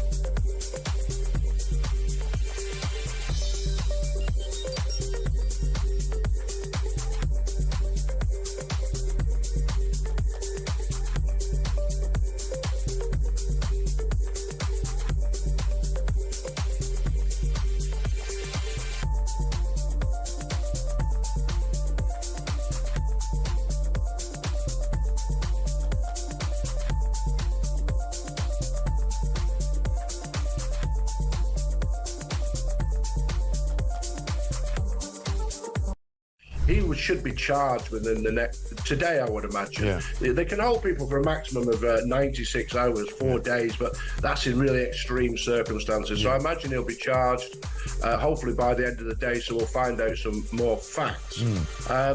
But then there'll have to be an inquiry because, as I say, this is not the last time that Liverpool or Everton are going to win a major trophy, and these things are going to happen again. And this is just completely unacceptable to allow the community to be put in such danger.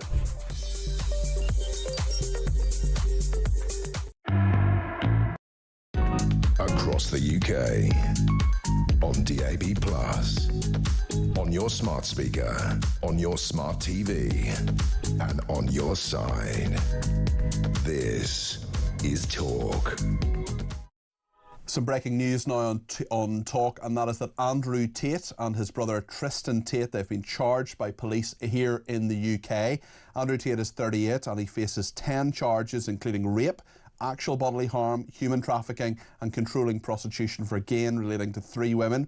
His brother Tristan Tate, who's 36, faces 11 charges relating to 1 woman, including rape, actual bodily harm and human trafficking. That is the breaking news here on Talk, that Andrew Tate and his brother Tristan Tate have been charged by police in the UK. Andrew Tate faces 10 charges: rape, actual bodily harm, human trafficking and controlling prostitution for gain relating to 3 women. And his brother Tristan Tate, who's 2 years younger at 36, he faces 11 charges relating to 1 woman, including rape, actual bodily harm and human trafficking. The Crown Prosecution Service coming to a decision on that, and they have now been charged.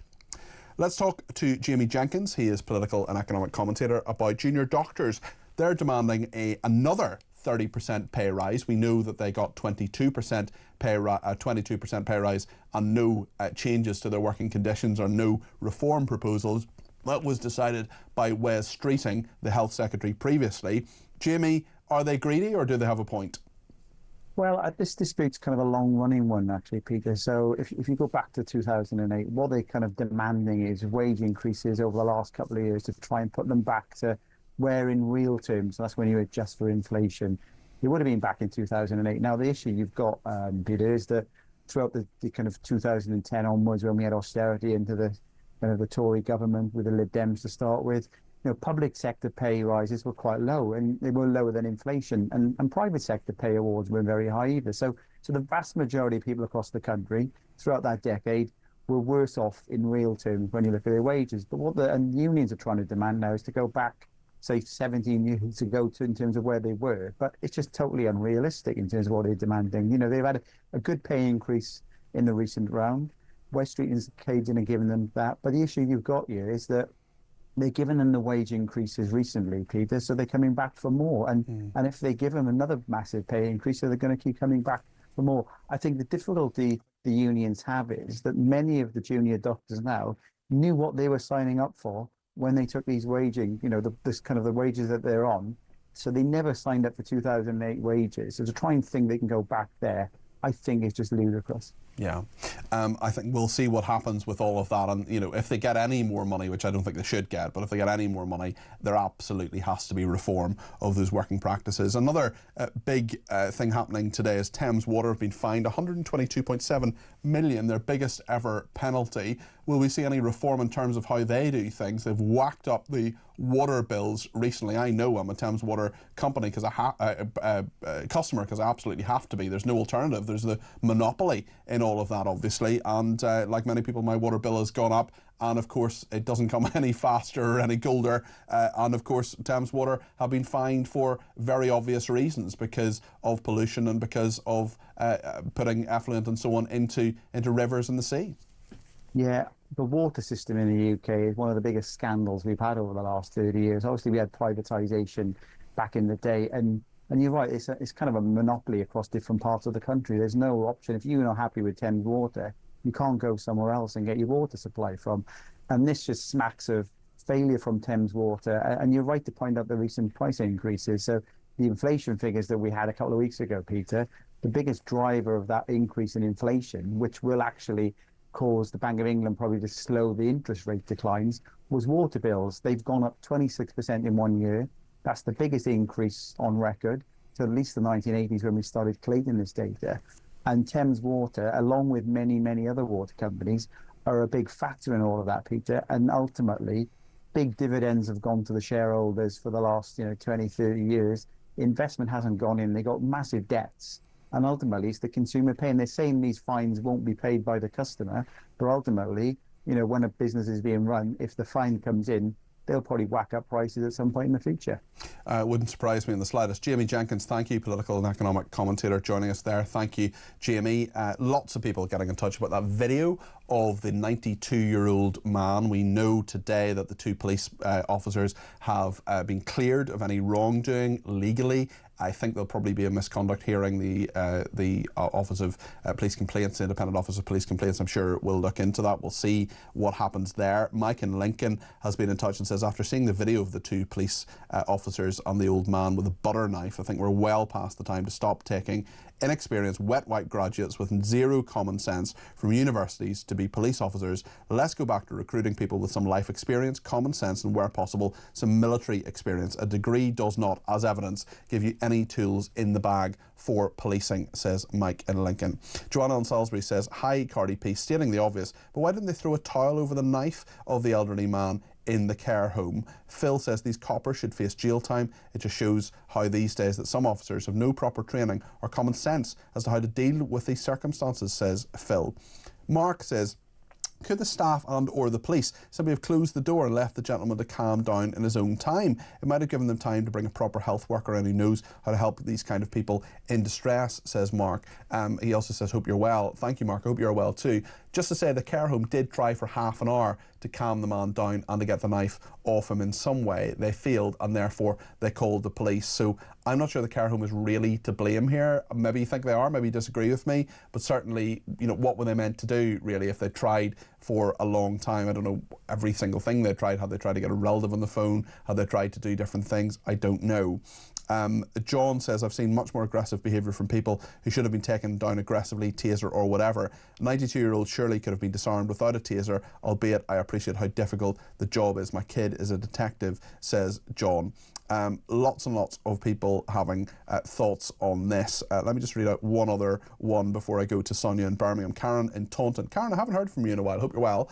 Karen says, not guilty. Are you absolutely joking? I worked in nursing homes for the elderly for 20 years and I can't believe the police were even called. I've been sworn at, I've been threatened, I've been hurt more times than I can remember. But when you're caring for old, ill, frightened, confused people, it comes with the territory. How those police treated that man was disgusting, says Karen in Taunton. Sonia's in Birmingham and has given me a ring on 0344 499 1000. Sonia, what do you make of this? You're very welcome to the programme.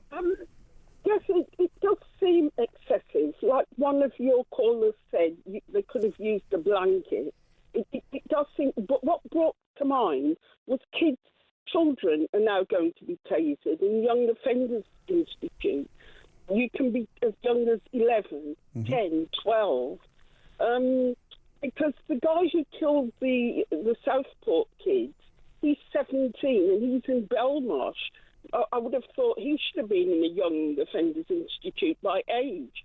So they're putting very young... Yeah, but if the justice system is very were you sorry, Sonia, were you just referencing... I just missed a slight bit of what you're saying there. Were you talking about Axel Rudacabana there, the Southport killer? Yeah, he's only 17. Well, he was 17. He was 17 when the crimes were committed, when the murders were committed. But he's 18 now, so that's why he's in an adult institution now. Well, normally, 18-year-olds, well, in the past, went to Young Offenders Institute, and you went to adult at 21. Right. Although they don't. But in the Young Offenders Institute, you can be 11, 12, 13, and you're tasered by adults and you're a child.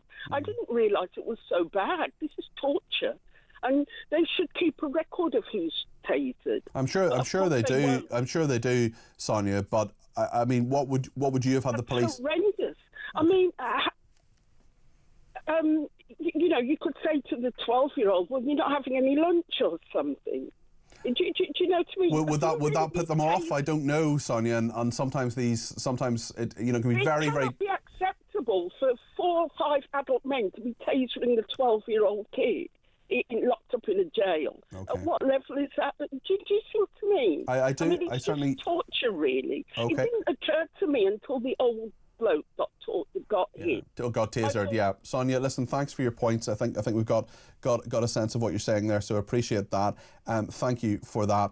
Betty says, compared to the London shooting, this makes no sense and that anybody could have walked up, pinned his arm down with a towel. Sue in Wellingborough says, criminals, especially violent ones, should not be let out of prison early. However, if the police were to stop turning up mob-handed to police the tweets, I think we'll find they have more than enough officers to cope. Jane says, during the pandemic, they built Nightingale hospitals. Why can't they do this with prisons, staffing them with army personnel in the interim? Alison is a former police officer as well. She says what those 2 officers did to that man was absolutely disgusting. I don't think cops are taught how to talk to people now. A cop's mouth is their best piece of equipment, and I would have sat down, I would have spoken to the man in the first instance. Under those circumstances, you don't go in and assert your authority immediately. It doesn't take much to be nice to people, says Alison. Well, of course, we don't know all of what happened. We haven't seen video of every single thing the police did. We've just seen the sort of high point, really, or the low point, you might argue, of what they have done.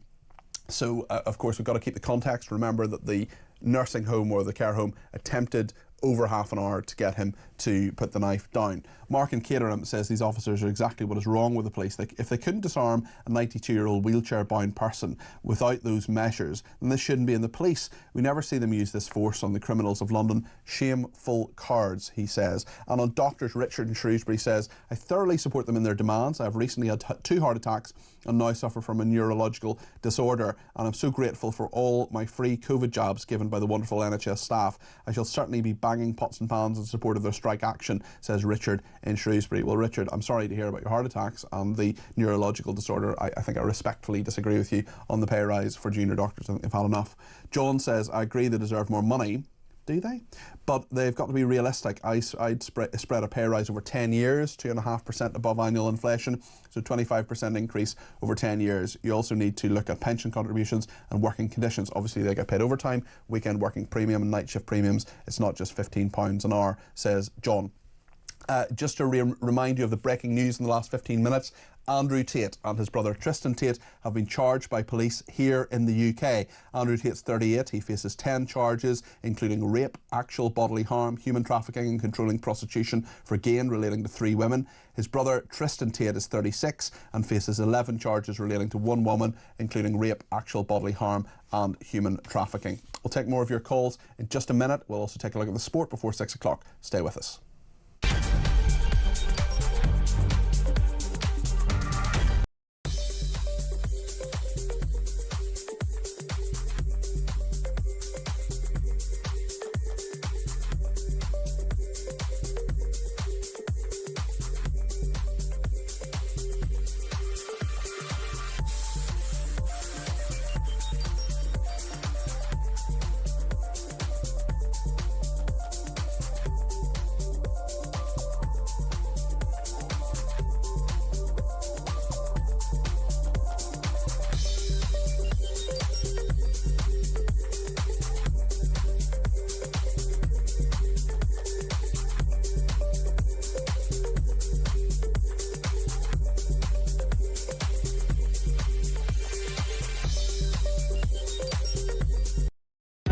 Across the UK, on DAB+, on your smart speaker, on your smart TV, and on your side. This is Talk. Elaine is being in touch from Derbyshire. Elaine's given me a ring on 0344 499 1000 about the prisons crisis. Elaine, you're very welcome to the programme. What would you like to say? I wanted to say that if we have 12,000 prisoners or thereabouts that are foreign nationals, why aren't the opposition parties pressing the government on this? Because it just seems to me crazy that we're going to release pedophiles and rapists when we've got 12,000 spaces. If we deported those people tomorrow, we would open up the prisons. And also, I just wanted to say, why aren't journalists pressing Labour a bit more on the fact that we've got people in prison for non-violent crime, speech-related crime, and then we're releasing pedophiles? And just one more thing as well, Peter. The lady from the prison reform charity, she kept saying, well, you know, they can be released in the community when they can be monitored. Pedophiles can't be monitored. Well, you can't monitor any prisoner in the community 24 hours a day. You can say, oh, we have these tags, or we have they check in with people or whatever. You can't monitor them all the time. You don't know exactly what they're doing. Some of them do what they're meant to do and don't have devices and all the rest of it. But you're absolutely right on the point, Elaine. Sorry, I do want to hear what you have to say. But just briefly on the point of foreign prisoners, there's absolutely no doubt in my mind we need to deport them, and basically I think as soon as a foreign prisoner is convicted we should be deporting them. The problem is that if you deport them to wherever they're from, we cannot guarantee that they'll serve any sentence. We also can't guarantee that they won't come back and commit crimes again. So if there's a murderer, for example, and we attempt to deport them to the country they're from originally, we just don't know if they're going to serve any time in prison. Well, I guess my point is, if they're in a different country, they're not here and they're not committing any crimes. And my second point is that, you know, it's all good. I just don't understand why we're releasing pedophiles and rapists when we've got people in prison for non-payment of fines and speech-related issues. And if there is even one pedophile released while we have one person in prison who's in prison for a speech-related crime or non-payment of fines, then to me, the government is negligent. Because how can that be? I'm black, and I would rather live next door to a racist than a pedophile any day. I've got 2 kids.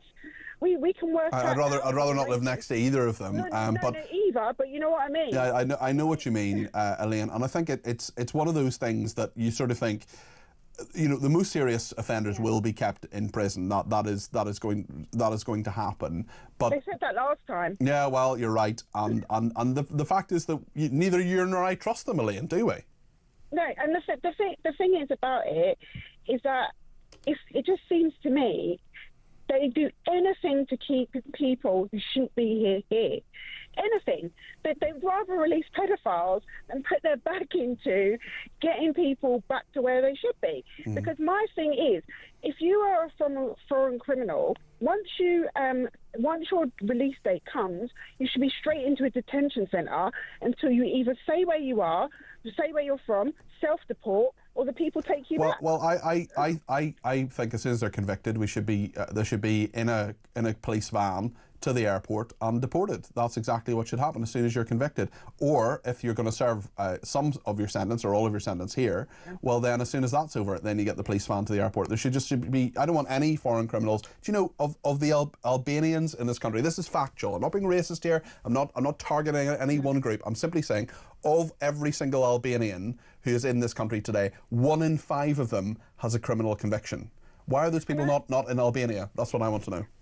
And the other thing as well, Peter, what I don't understand, it's all right for these sort of middle-class King's Council to say, well, they need to be managed in the community, because she knows that wherever she lives, they're not going to be managed. They're not going to be living beside they're not going to be living beside the King's Council, are they? Yeah. They're going to be in the nice neighbourhoods. Yeah. Elaine, you make an awful lot of sense. Thank you for your call. I appreciate it. I want to talk to Jill in Cornwall about what happened to that pensioner just after I read out this message from Chris in Northumberland. Chris says, I'm a community nurse with experience of forensic mental health. The care home attempting intervention for 30 minutes is nothing. Sometimes it can take hours to de-escalate a person in distress. Also, police are refusing to attend more and more mental health related calls, and when they do attend, they've noted that they aren't happy at arriving there in the first place. They're not happy to be there. Jill in Cornwall, you're very welcome to the programme. Jill's given me a ring on 0344 499 1000. Jill, what would you like to say about this? Hello, Peter. Well, I'm just horrified by it, if I'm honest with you. I've worked in hospitals with old people, on old people's wards, nursing homes and what have you, and to see that the police treated this man the way they did, I'm just horrified. When a lot of people, when they go into what we would call really old age, some of them mentally, they're not 92. They may be behaving like a 10-year-old. You just can't assume that because they're 92 that you can reason with them. And I would have thought that one of the nursing staff could have been there to try and talk to him. They did try for 30 minutes, but then they called in the police, and the police acted the way they did. Well, that's what they said. I mean, I'm sorry. They could have gone in with the police and tried to talk it down, and to stop this man from. They could have killed him, for goodness' sake. I just think that. Well, he died 3 weeks. Died 3 weeks later, and the coroner still has to decide whether this was a factor in his death. But we do know that these 2 officers have been cleared of wrongdoing. Well, I'm sorry, but I'm losing faith fast with the justice system and the policing system. If it's not the policing that is going wrong, then the justice system is out the window. When you get someone put in prison for 12 months or more because of they've said something, they've had a thought in their head that is contrary to everything else. The trouble is this government now has decided that we think and behave the way they tell us to or else, and that's what's happening. And I'm not prepared. I don't care what anyone says. I am not prepared to have a thought that falls in line with everyone else just because I'm told to. Well, you just keep thinking freely and keep talking common sense and keep holding on to the free speech we all cherish in this country, and especially at the station as well, Jill. I really appreciate your thoughts. Quite a few people in touch. Lorraine says, I'm really concerned at the safety of our elderly in care homes. I believe this all started with the pandemic when care homes were given too much power over residents and family. This care home should not have called the police. It's shameful behaviour, as is that of these two ridiculous officers. There would be absolutely no excuse for such force, Lorraine says, and the situation should have been managed far more sympathetically. The man was 92 and in a wheelchair. He was scared and confused. We really need to be careful before handing over our loved ones to care homes. And if my mother was in this home, I would immediately remove her. It's so shocking and upsetting. All involved are culpable, in Lorraine's opinion. A big political controversy we've been talking about quite a lot this week is the two-child benefit camp. Nigel Farage, the leader of Reform UK, big speech yesterday. He says he wants to scrap it. Luke is in Brighton. You're very welcome to the programme, Luke. What would you like to say about the two-child benefit cap? Do you agree with Nigel Farage? Well, I'm loath to agree with Nigel Farage, and I think it's very legitimate to question his motives as part of this policy announcement, given his past avowed Thatcherism. Well, he said fairly consistently, Luke, that he wants to get rid of the two-child benefit cap, but his view is that it's because of the population problem in this country rather than anything else. No, I appreciate that, but when he was an MEP, as I understand it, he was quite visceral in his criticisms of the Workers' Rights Directive and some of the workers' rights extended to new mothers in terms of maternity pay and other sort of legislation of that kind. So I think, it is legitimate to say that this forms part of his slightly leftwards move on economic policy as part of Reform's attempts, obviously, maximise their electoral appeal amongst Labour voters in sort of traditional, former... Do you think it'll work, Luke? Do you think it'll work? Well, I think unless this Labour government, starts delivering to a greater extent than it has done so, then I fear it may well work. And obviously the recent county council elections and the Runcorn by-election were evidence of that. I mean, I wanted to come onto your programme to lament this policy. I think it was one of the most pernicious welfare reforms undertaken by George Osborne. I think it was fundamentally premised on the belief that poverty is a result of personal responsibility and not as a result of system. I think it was actually Philip Hammond who brought it in, but nonetheless, a lot of people don't like it, and certainly we had John McTernan, the former advisor to Tony Blair, saying on Monday he thought it was immoral. Do you think it's immoral, Luke? Well, I think John McTernan was spot on. I mean, this idea that someone shouldn't have a third or fourth child, unless they can afford to do so. It admits the role that homelessness, the scourge of low pay, domestic violence, relationship breakdowns, all such factors that can, very adversely affect one's life and in turn, affect one's economic status as a parent. So I think it's, as I say, it's rooted, fundamentally in an ideology, in a premise, about poverty that I just think is flawed. Okay. But similarly, I think, it's the job of the welfare state to empower the next generation to help, redistribute opportunity and wealth more equally amongst children. I mean, if that isn't one of its primary functions, then what is? And obviously, we've seen research from the Child Poverty Action Group that says scrapping it would lift 250,000 children out of poverty, 700,000 out of deep poverty, and similarly, this basis that this policy is about incentivizing work.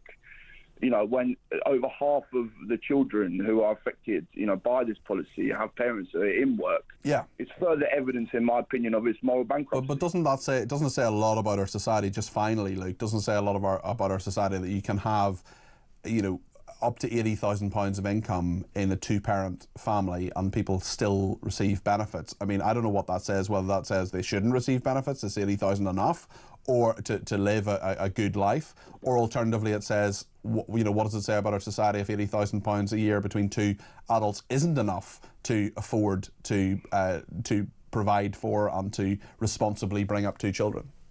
Well, I think generally my opposition to the policy is not based upon those at the higher end of the pay scale, but those at the lower end of the pay scale. I get that. And obviously I get that. The statistics offered by the Child Poverty Action Group are testament to that. But similarly, just one last point, if it's okay to make, Peter. Go for it, This Luke. idea that parents should take on additional work in order to mitigate its consequence. I mean, again, that admits the role that ill health, parents of children with special needs, all the cost of childcare, all of these things adversely affect parents' ability to take on that additional work. So, as I say, I just think fundamentally that the policy's premise is flawed. And I thank you for having me on. No worries, thank you, Luke. Great to talk to you. Carl is in Leicester, and this whole question about cannabis, the legalisation of cannabis. I think Carl has some thoughts on the prison system as well. You're very welcome to the programme, Carl. Yeah, hi Peter, thanks for having me on. Can I firstly say I'm a new listener to Talk Radio, and what a breath of fresh air it is to realise that I'm not alone in my thinking. Oh, that's lovely, Carl. Thank you. You've warmed the cockles of my heart. You're very welcome to the home of free speech. Thank you very much. Yeah, in regards to the prison service, and being told by November that we'll have no places left, it kind of really gets me that we've got foreign nationals coming into this country, breaking the law, filling our prisons up, and we're spending countless amounts of money to look after these people when, rightly so, as your last caller said, or as you say yourself, stick them on a plane, send them home. What right do they have to even our judicial system, and then we've got people that actually need help and rehabilitation that can't go to that service, or because, again, it's being taken up by these stupid politicians that don't want to send people home or don't have a backbone to be able to say enough is enough for this country. We're moving on to the talk about legalising cannabis. Look, I mean, I was in the city only a couple of weeks ago in Leicester city centre, walking through. Some chap was stopped and searched in front of us. We was obviously being nosy. He had cannabis on him. I actually recall the police officer saying, but you can't be carrying cannabis, it's illegal. And his response was, is it? Is it? Wow, I didn't even know. And I think if we look at this, well, did they arrest him for carrying cannabis?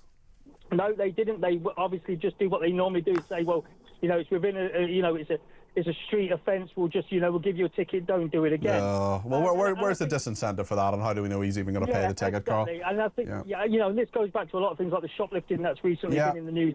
I think once we start to normalise things, we've already lost control of it. So I think although I wouldn't have really been against supporting legalisation of cannabis, because obviously we can argue the pros and cons all day long, but I just think if we're going to sit on the fence, then let's make some taxation out of it and let's make some money back to the country and start to pay for the services that we do need. Carl, thanks so much. There's a lot of common sense spoken there. It's great to have you as a new listener. Listeners old and new, viewers old and new, always welcome and thank you. And Carl, in terms of being nosy, I'm professionally nosy. That's what I do.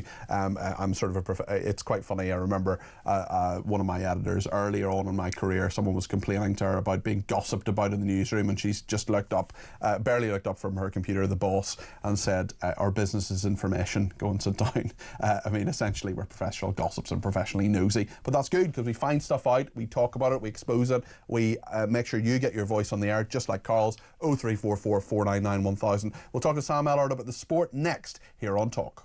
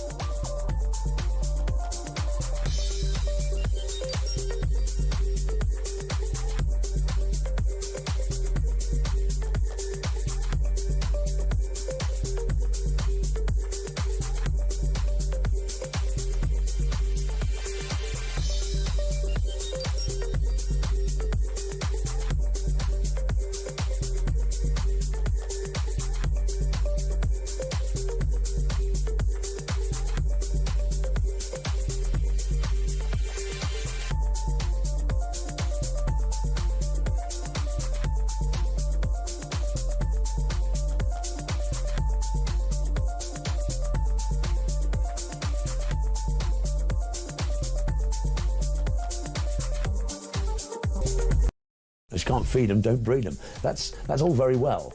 And yes, I can see why people say that's not fair. But if you look at this policy as part of a broad range of policies, we do want to encourage people in this country to have children. And to do that, there's a whole range of things you have to do. Young people today look at the future. Many of them are saying we don't want children at all because we can't afford to leave home. We can't afford to get a house. We can't afford to do these things. All those things that my parents' generation and even I could see as my future are now just not possible.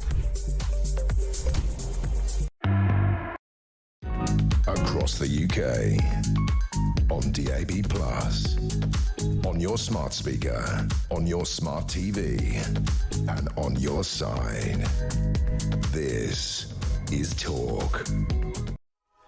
Mark has been in touch and says he's from Starbridge on Severn, and he says, why is no one in power asking the real question? Why are prisons full? Building new prisons solves nothing. Prison is clearly not working in its current format.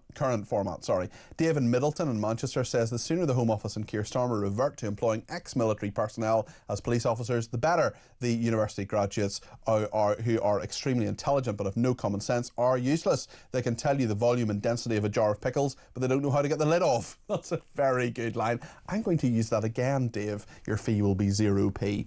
They know the volume and density of a jar of pickles, but they don't know how to get the lid off. That is great. What they did to this very old man is disgraceful, says Dave. They should immediately be sacked. And Carl in Derbyshire says there's absolutely nothing wrong with tasers. You simply can't legislate for these two police officers being as thick as mints. I'm sure they would deny being thick as mints. One person who definitely isn't isn't as thick as mints is Sam Ellard, who's going to give us all the Sport Summary on Talk. Sam, great to have you with us. Huge success for the Brits in round one of the French Open. Tell us about round two. Yeah, so unfortunately that hasn't got off to a great start because Emma Raducanu has been knocked out. Her miserable record against Iga Swiatek continued as she was outclassed by the defending champion in the second round meeting. She was beaten 6-1, 6-2 on the Paris clay. Now lost all 5 of her matches against the 5-time Grand Slam winner. That match finished about an hour or so ago, so I don't think many people really gave Raducanu a chance. Swiatek has been one of the best and most dominant women players over the past few years. I mentioned there she's a 5-time major champion. Just had too much power, too much class for Raducanu, who, to be fair, gave it her all. But Raducanu, the first Brit, knocked out in round 2. Yesterday was a really, really good day because we had Cameron Norrie, Jack Draper all go through to the next round. Katie Bolter as well, also in round 2 of the French Open. They'll all be in action tomorrow. So not a good day today so far, but still lots and lots of Brits in action over the next 24 hours. And yeah, Jack Draper in particular, he's a number 5 seed in the men's draw. He's been in really, really good form. He's had a really, really good year. He keeps on getting better and better, worked his way up the rankings. So I think in particular, lots of British eyes will be on Jack Draper, up to 5 in the world. Hopefully he got a chance to go in deep over the next couple of weeks. It's the final of the Conference League tonight. Chelsea are facing Real Betis, who are the favourites. Chelsea will be favourites for this. It's a strange one because it's like, you know, the third tier of European football. You've got the Champions League, the Europa League and the Conference League. And like, you know, 2 years ago, West Ham won it.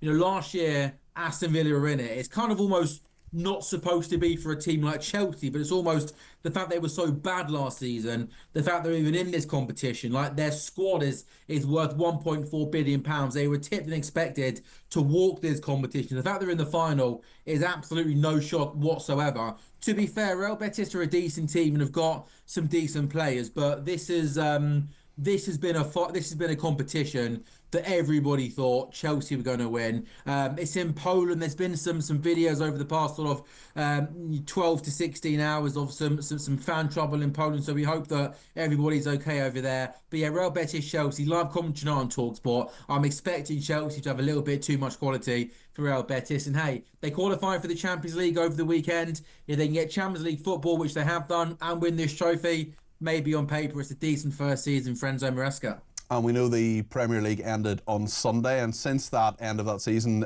teams have been battling to sign new players. Tell us about the developments in the transfer news. Yeah, it's always this is always a bit of a crazy time of year, Peter, where There's loads and loads and loads of moves and gossip happening at the moment. I think the one to maybe keep an eye on is Matheus Cunha, who is a Wolves player. He's got a release clause in his contract to be worth around £60 million. Man United, we believe, have activated that. I think it's just how they're going to pay that release clause to Wolves in terms of is it going to be instalments. But that's the deal, which I think is going to be a really, really good signing for Man United. I think he's a really, really talented player. Outgoings Man United, they got to ship a lot of players. We've learned over the last 48 hours that Alejandro Garnacho is a player Ruben Amorim wants to shift on. He's been linked with the move to Napoli. Liam Delap as well, another player to keep an eye out on. He's another Premier League player at Ipswich. He's got a release clause in his contract. Lots of Premier League clubs linked with him, including Man United, Chelsea, Everton, Newcastle, latest team to register interest. So lots going on, Peter, in the world of transfers, which is keeps people like me busy. And the fundamental question, can you afford the release fee?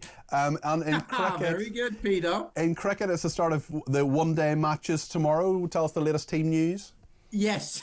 So, I do love you, Peter. It's the white ball series starting tomorrow. England versus the West Indies. 3 ODIs. An important series. It's the first time Harry Brook is in charge of the captaincy. He's a new permanent England white ball captain, taking over from Josh Butler. So first series he's got in charge, which is going to be really, really exciting. Big kind of team news is they promoted Jamie Smith to open the batting, which is a little bit of a surprise. He's going to open alongside Ben Duckett. Good to see Josh Butler, Jacob Bethel, Will Jacks all back from the IPL. They'll be in the middle order. Unfortunately, though, a few fast bowlers injured. Gus Atkinson, Mark Wood and Jofra Archer all out injured, which is a little bit disappointing. So Mahmood Khas and Overton will be the seam bowlers. But yeah, first of 3 one-day internationals tomorrow. Harry Brook, the new captain, and yeah, fingers crossed they go well. The majority of people, Sam, will be listening, but for those who are watching, you've got a very bright white background behind you. Are you in heaven? No, it's just a white wall, Peter. I'm not sure. It looks very bright. You look as if you might have taken over from the angel Gabriel or something. No, I wish. It's just a bit of a white wall, really. I'm not sure. I mean, obviously, being broadcasting with me is heaven in itself. Yeah. Do you know what I've got to say? I do like being on air with you, Peter. You're a cool guy.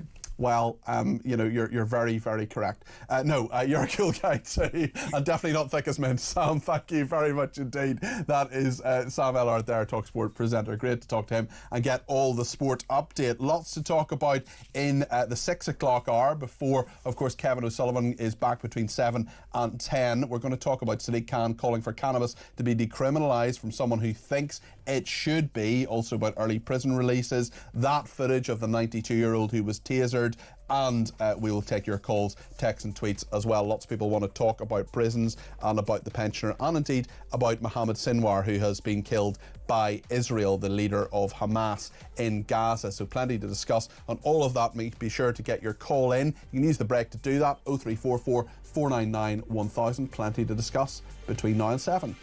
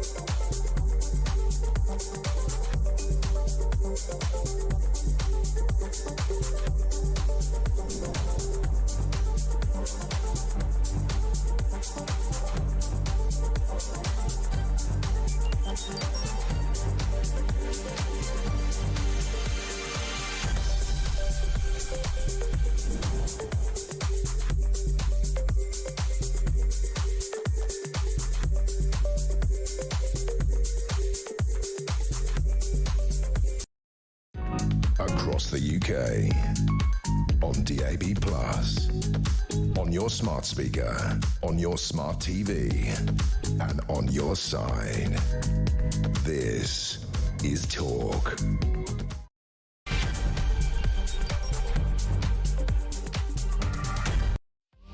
Good evening, this is Talk Drive. I'm Peter Cardwell. Thank you so much for your company. I'm here between now and 7, and then Kevin O'Sullivan is back in the chair between 7 and 10. He's been doing breakfast, of course, for the last couple of days. Great to have you with us, and loads to discuss, including Sadiq Khan, the Mayor of London, calling for cannabis to be decriminalised. What do you think about that? Also, the crisis in our prisons. Have the police and the law enforcement officers got enough money to do their job? Well, the head of the Metropolitan Police, the biggest police force in this country, says they don't. What do you think of what he has been saying? We'll talk this hour as well about Kemi Badenoch. Could she be ousted by Christmas? Dominic Cummings says he thinks that could happen, the former chief advisor, of course, to Boris Johnson. We'll talk as well about the story that's really getting you contacting us today, and please continue to do so, on the 92-year-old who was tasered in a care home for brandishing a butter knife. It's really quite shocking footage, and if you're listening, of course, as many people do, on DAB or your smart speaker, you can turn on the telly as well and see us on your smart TV through the app, or also you can see us on your connected device, whether it is whether it's a phone, whether it's a tablet, whether it's a computer, or your connected TV. It would be lovely to see you as well as hear you. You can, of course, give us a ring and let us know your opinion on all of these matters. 0344 499 1000 is the number to call. You can text me 87222 with the word talk in your text. You can tweet me at talkTV, follow me at Peter Cardwell, and remember, the main number does three things. Send me a voice note, less than a minute please, to 0344 499 1000. Use the same number to give me a ring. Use the same number to send a WhatsApp text message. Plenty of those coming in as well. So thank you to everybody who's contacted us. We'll get as many calls on the air between now and 7 o'clock. Stay with us here on Talk.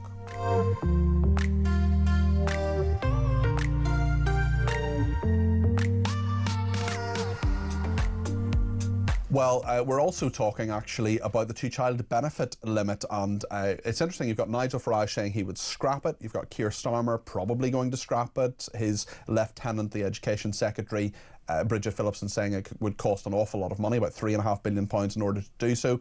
Kemi Badenoch and the Conservatives saying they want to keep it. It was brought in 2017. Leslie says the primary responsibility of any parent is to only have as many children as they can afford. I agree with you, Leslie, but what happens if circumstances change? And is it the child's fault if they are born into poverty, if they're the third, fourth, fifth or whatever child? So there's a lot to talk about in regard to law and order as well today. We're talking about prisons. We're also talking about Sadiq Khan, Sir Sadiq Khan, the Mayor of London. He has called for cannabis to be decriminalised. I think he's wrong. Jason Reid is the co-executive director of Law Enforcement Action Partnership, or LEAP, and joins me now. Jason, I think you disagree with me and you agree with Sir Sadiq Khan. Can you just tell us why? You're very welcome to the programme, by the way. Yeah, thanks for having me, Peter. So, as you can imagine, I do disagree with you. And we actually gave evidence towards the report that's being highlighted today. And you have to excuse me, I've got a virus. That's always useful for telly. Oh, I'm sorry to hear that. I hope your voice gets better soon. I've got a 4-year-old. So, and it's always a case that the report doesn't quite go far enough for us. So, completely agree with the recommendations for decriminalisation. Because one of the things that we need to look at is the holistic approach to this. This is a criminal justice system issue. Should it be a health-based issue, which is what we think it should be? So the organisation I represent is Law Enforcement Action Partnership. We're a collective of police from across the world. In this country, we've got undercover officers, we've got police constables, we've got MI5 officers. So we've got the full spectrum of the criminal justice system. And every single one of them that we come in contact with, even people that go off the record, say this approach does not work. Going up to people on the street, stop and searching them for the smell of cannabis, actually erodes the trust between society and the police. We've actually got a county lines problem now because predominantly of the nature of the drug market. So as you can imagine, the drug market is lucrative. People are always going to be involved in the drug trade in some sort of way. How do we ameliorate that? How do we get on top of that? Well, the criminal justice system approach we've been doing since 1971, the Misuse of Drugs Act has been there since that.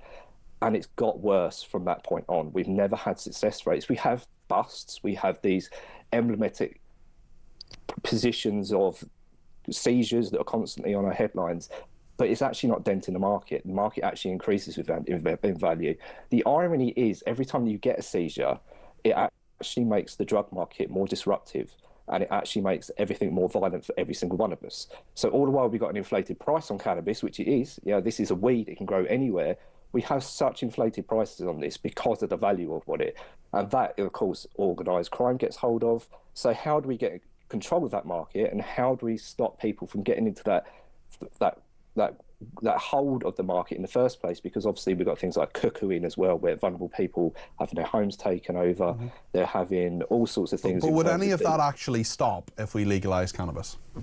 It would certainly have an impact, probably overnight, we'd imagine. If you look at the facts and figures from America have got their own issues going on with the over-commercialisation. That's something that we definitely do have to address. If we do want to go down the route of legalising and regulating, the over-commercialisation is something that we do have to think about, and which is why we think in terms more of like the German market. The German market is very conservative. So what they've done is they legalised cannabis, but they put limits on THC, they put limits on... What's THC, Jason? So we've got two components, main components of cannabis. You've got THC, which is kind of almost like, to put it in layman's terms, like the heady high. And then the CBD, which I imagine most people know because it's everyone's in one of our shops now. The CBD component you really do need in cannabis because it helps ameliorate the potential for the adverse effects of cannabis, and it just helps having that kind of holistic approach. Okay. So my issue with this is, Jason, we know cannabis is bad. We know it can help some people. Certainly, I've had an MS patient, for example. My best friend as well has MS. She takes cannabinoid substances, not smoking cannabis, but taking sort of pills and supplements that actually help her illness and help her symptoms. I get that. I understand that. I'm no problem with that being used in a medicalised way for people who have issues there. But you could say this about cigarettes, you could say this about alcohol. If they came onto the market now, if they didn't exist previously and they suddenly existed, we would ban them. The point with cannabis is we know it's bad. We know that it has mental health implications. We know that there are people drug driving, for example. We know that there are people turning up to work who are stoned. And the fact is that if we don't have some sort of societal way or legal way to say, this is wrong, you shouldn't have it, you shouldn't possess it, and you shouldn't smoke it, well, maybe we're at that point already where the police have just given up. And that's what really concerns me. That is one of the issues that we get put to us is, should we have a conceited approach to actually go ahead and actually prosecute? In which case, that might lead us to another subject we might address, which is the overpopulation of prisons and the burden on the criminal justice. And I get that, Jason. I'm sorry to interrupt you again, Jason, but my point is that just because we have police who are stretched, just because we have prisons that are overstretched. I realise those are real big issues. We've been talking about them at other stages of the programme as well today. But just because that's the case doesn't mean that we should say, well, actually, we're going to decriminalise this. That shouldn't be I know it is an argument, and I get it, but it shouldn't be an argument to simply say, well, our prisons are full. I'm going to go back just a step to what you said about the regulated cannabis market and how the harm and the perception of harm that's out there. I'm going to remove my hat just for a moment as the executive director of Elite UK. I'm actually a medicinal cannabis user myself. I'm actually got a legal prescription that's right next to me out there. I'm not currently under the influence, just to kind of put that out there. I'm just naturally bumbly. And it's a case of when I'm speaking to people that don't have that much of an idea about cannabis, obviously for me, for someone that's got health problems, this has a positive effect on. I'm very conscious of the advice that I give other people that might want to be trying the substance. My advice to most people would be, do not touch the substances that are out on the street because you don't know what you're getting. There's no regulation involved, which means that you don't know what the THC and CBD qualities are. It might be cut with other things, like there's a thing called grit weed, where to get the weight up, to get an inflated price, people are putting glass and grit onto it, which has been a tactic for the last sort of 10 or so years. I, as someone that is very, very conscious of my health because of my own legacy with chronic illness, would not recommend someone to take street cannabis.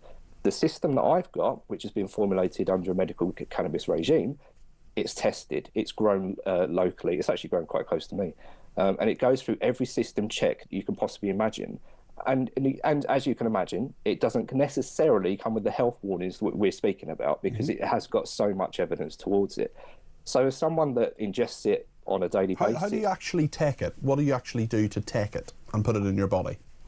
So what happens, the whole system, just to very, very quickly explain. So what happens to me is that I go online, I go to my pharmacy, I order it, it comes through a courier. I have to give the courier a PIN to make sure that it's me that's obtaining it so it doesn't go to someone else. From that point, I then take it, put it into the systems that I want. I put it into child protection because child protective cases. And then I grind it up and put it into a vaporizer. So I'm just getting the vaporization of the CBD and the THC. So I'm not getting the kind of the burnt chemicals and everything that can come with that. So it's very important to me, someone that's very interested in my health, to not go down the route of street cannabis, burning it and other forms of it. That's not to discourage people that do that, because there is an autonomy issue in this that we do need to address, because there are people, there are very responsible consumers out there, just as the same as someone can go down the pub and drink a pint of beer. You've got the same stakes in other drugs, and but that's been prescribed to you, and I'm sure totally legitimately you take that, and I have no issue with that, and that's helping your medical symptoms. But you know, you're saying people are responsibly taking cannabis and smoking it. They're still doing so illegally. That is, but that's the aspect we need to debate, which is why I'm more effective for people like you to have that discussion. Why is it illegal? Because the Misuse of Drugs Act says so. And the reason because the Misuse of Drugs Act puts it in that category, which is category B, is because of the perceived harms, which is where the science and evidence comes into it, which is why you may have heard of Professor Nutt, who's had a big fallout in 20 years ago with the Home Secretary at the time, Alan Johnson. The idea is to put the Misuse of Drugs Act into a scheduling of harm. Well, if that is arbitrary, then all of a sudden everything is thrown off from that point. Education goes out the window, because cannabis is actually one of the lower rungs. Alcohol is at the top. So we've actually regulated one of the harmful substances, but we've got regulation on alcohol. In the 20s, and we always have to use this example, it's a cliche, but in the 20s in America, we had prohibition. Prohibition doesn't work. Yeah, it led to Al Capone, it led to moonshine. We've repeated the history. We've got exactly the same thing. We've got moonshine on the streets. We've got Al Capone on our streets. We've got county lines because of prohibition. History has repeated itself, and we're not going to get out of that all the while, because people are going to want to consume, and that's what we need to do. But you could say that though, you could say that though about heroin, for example, which is a much more, you know, I know there are needle exchanges. I've had this debate on my programs previously about heroin and needle exchanges. There are much more addictive and much more harmful substances, and I maintain my belief that cannabis, not the way you take it, but the way other people, skunk or street cannabis or spice or those kind of drugs, are incredibly dangerous. They're also gateway drugs to other things as well, and we know they have a harmful effect on people's mental health. The fact is that, I mean, you can make that argument really about any harmful substance, can you not, Jason?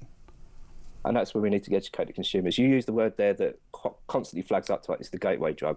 The gateway drug is a flawed theory for various different reasons, but the main reason that it could be consumed as a gateway drug is because of the chain you're in the illicit market. So the people that are selling you currently on the illicit market, as you said, skunk, which again is, I won't get into that issue, but it's another contentious term. They're also selling you drugs of heroin. But to go specifically to the point of heroin, this is why the word legalisation is misleading. We don't talk in terms of legalisation, it's more regulation, which I know is going to be a buzz term that people are going to just turn off from.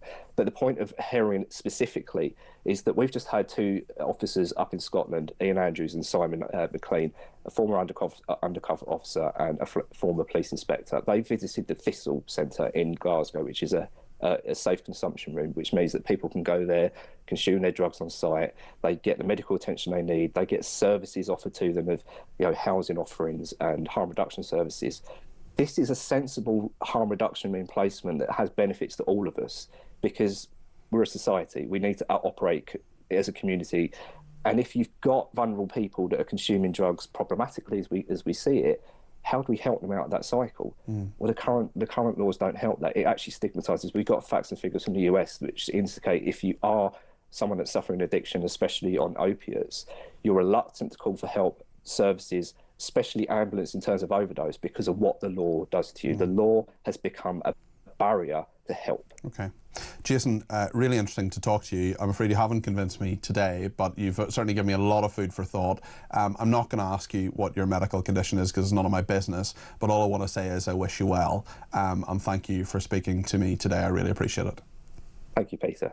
That's Jason Reid there, who's the co-executive director of the Law Enforcement Action Partnership. I found that really interesting. I love speaking to people who disagree with me and hearing their different arguments. He didn't persuade me. Maybe he persuaded you. Maybe you think he's talking sense. 0344 499 1000 is the number to call.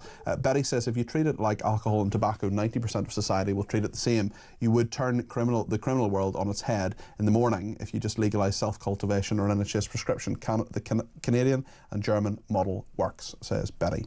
John in Lincolnshire says, so decriminalise weed, but you're still going to have to stop and search, otherwise people will be driving van loads around. Why add to the problems we already have with alcohol and cigarettes, says John in Lincolnshire. Thank you to Debbie. He says the governor, Vanessa Frake, a little earlier on, saying she would have gone into a cell, suited up and pinned the criminal to the wall, disarmed them. You probably can't do that now because the prisoner may sustain injury. That's another problem. The guards are treated worse than the criminals, says Debbie. Quite a few people getting in touch on Twitter as well. Les says, I doubt if any employer or fellow employee would wish to employ or work alongside a cannabis drug victim, recreational or not. How can you trust them inherently to perform any electrical, gas or occupation where danger exists? How can they sign a risk assessment, work permit or safe system of work, let alone drive a company vehicle of any description? Mayor Khan is a complete waste of space. He should go. Mayor should only have one ceremonial term with no powers to change local laws, says Les. Graham says, it seems to me like the woman cop couldn't wait to discharge the taser and then she shouts taser after she has fired it. Totally unnecessary.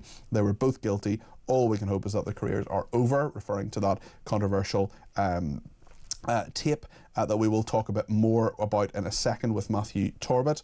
Michelle says, it's totally out of order, Peter. Tasering an amputee in a wheelchair, now to be found not guilty. Bang out of order. And Julia says, I saw the clip of the old man in the care home on X a while ago. Didn't he have Alzheimer's as well? If so, that makes the police tasering him even worse. Well, he had no formal diagnosis of dementia or Alzheimer's, so he was in a care home for people often of course, that age, often do have dementia, and many of the people in the care home did. There was no formal diagnosis for him anyway. So we're happy to make that clear. Dallas says, hi Peter, I'm 5'4" on my stockinged feet and 73, albeit very fit, and I'm absolutely sure I could have disarmed that old man, says Dallas. And another person says, Vanessa Frake is spot on, letting criminals out early that most probably will offend again puts pressure on our justice system. Absolutely ridiculous, Peter. In the long run, it will cost us more. Linda says, I'm disgusted at the officers who sprayed and tasered the 92-year-old man. Police officers used to talk their way to resolving these types of scenarios and disarming a non-threatening individual. I worked with coppers who could have dealt with this without violence. And Angela finally says, tasering a 92-year-old man, actually, is just wrong. Can't say anything else. What kind of world do we live in now? Actually, one more. Louise in Ipswich says, Peter, I love it when the sports guy is doing his bit. That's Sam.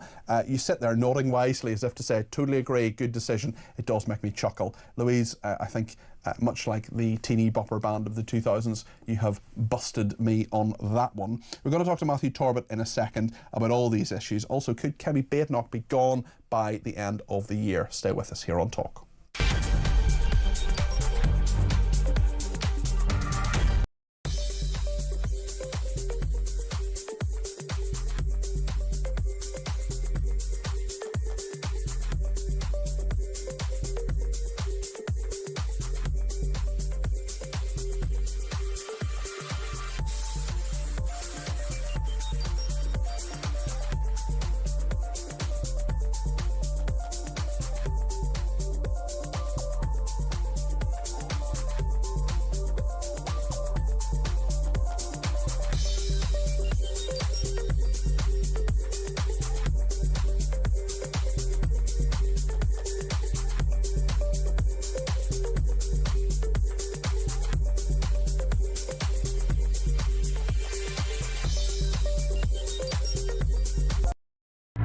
There is a north-south divide in the city, and as we, the Liberal Democrats, set out our policy platform, that's one of the things that we're going to try and bridge the gap between. You know, we need to win in the north of the city, not only because the north of the city deserve councillors that work hard for them, but because, you know, I think there was a statistic that if you get the bus from a southern part of the city to a northern part of the city, there's a certain road that you go down where your life expectancy drops by about 10 to 20 years.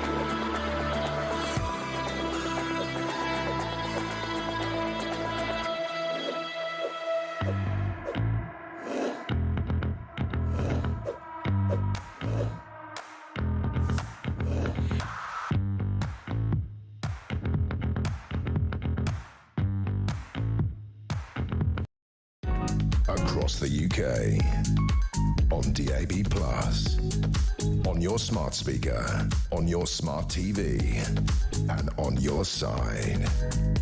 This is Talk.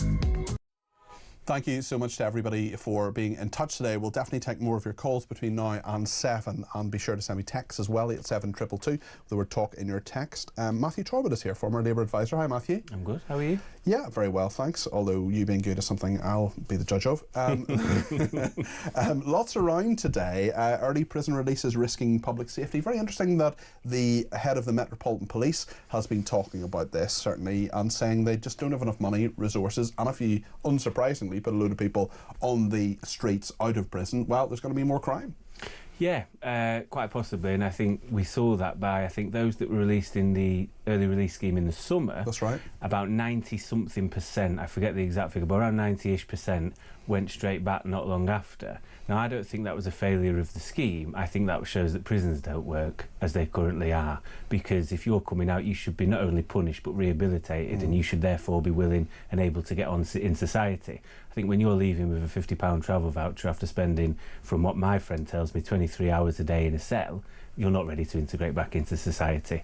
The government's got a tough one on this. It's like trying to get the eggs out of a baked cake, because for 14 years the Conservatives only found 500 prison spaces. That's right. And since 1993 the prison population has gone from 44,000 to now 88,000. That's doubled. The reasoning for that, as David Gauke outlined in the sentencing review, is because the sentences we've given for crimes has got more and more and more. It's increased, which I think also doesn't show a deterrence necessarily either.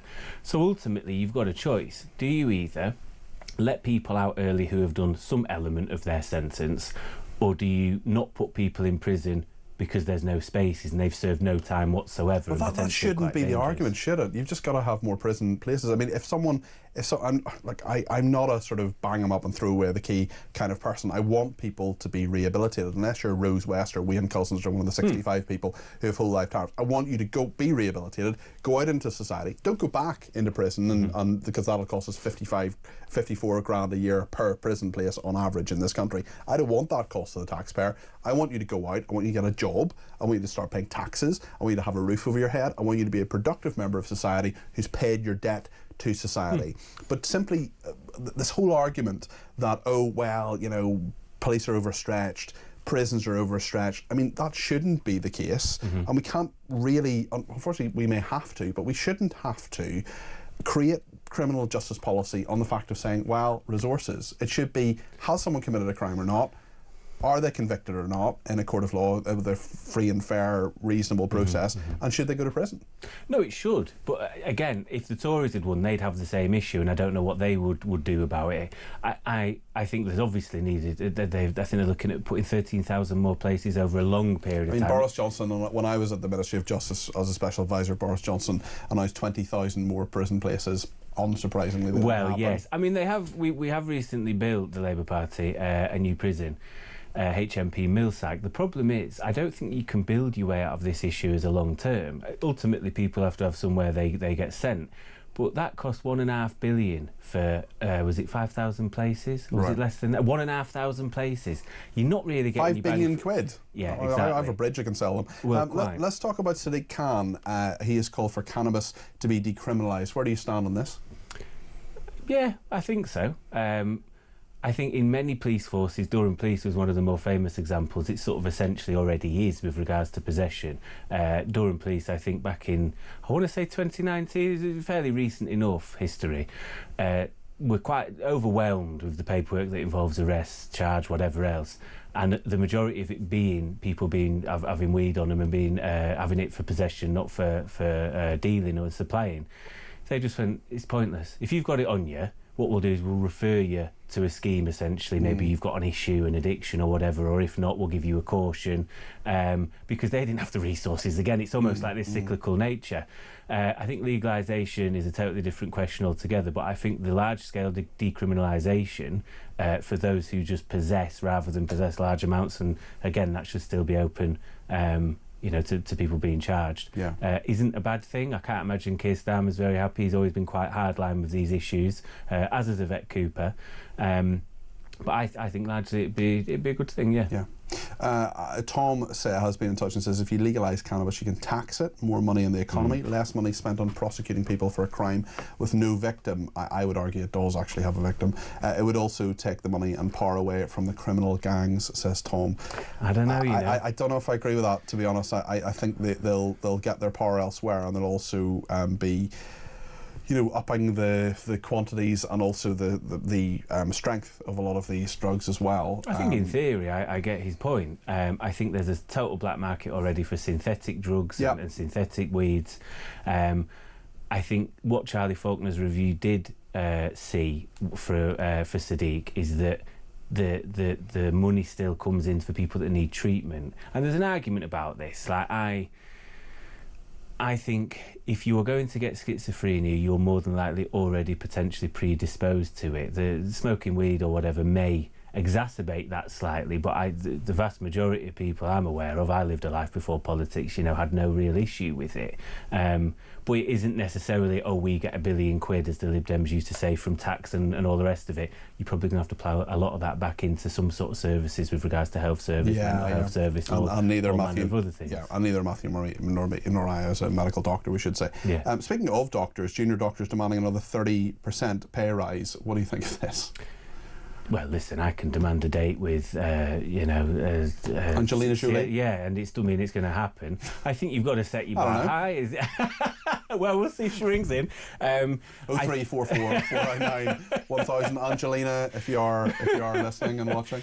I think you've got to set your bar high. This is what the unions do. I would caution the unions, however, as a paid-up lefty and trade unionist, be careful with this. They've already got 22%. Yes, and also the fact that other aspects of the health service have got, higher than inflation pay rises of around 5%, some have got 4%. If you try and do the Labour government over with this sort of stuff, do you think any of the alternatives are going to be friendly and give you pay rises? I would caution people who are receiving pay rises that are above inflation against pushing for more and being greedy. I don't think it's a wise strategy. I get the General Secretary's got to represent her members and rally them up and whatever. And the BMA have become more militant as the years have gone on. Certainly have. So, not for me. Speaking of somebody who's definitely militant on a number of fronts, Dominic Cummings, big podcast interview today with Sky News. He is saying that Kemi Badenoch will be ousted this year. Do you think he's right? I met with a couple of Conservatives today, actually, over lunch, and they think she'll survive. She's got to give the conference speech of her life, was their call. My view is that she will survive until the Welsh and Scottish elections. I think both of the main party leaders may face quite severe upheaval post those elections after getting, no doubt, another battering as it stands. Starmer as well?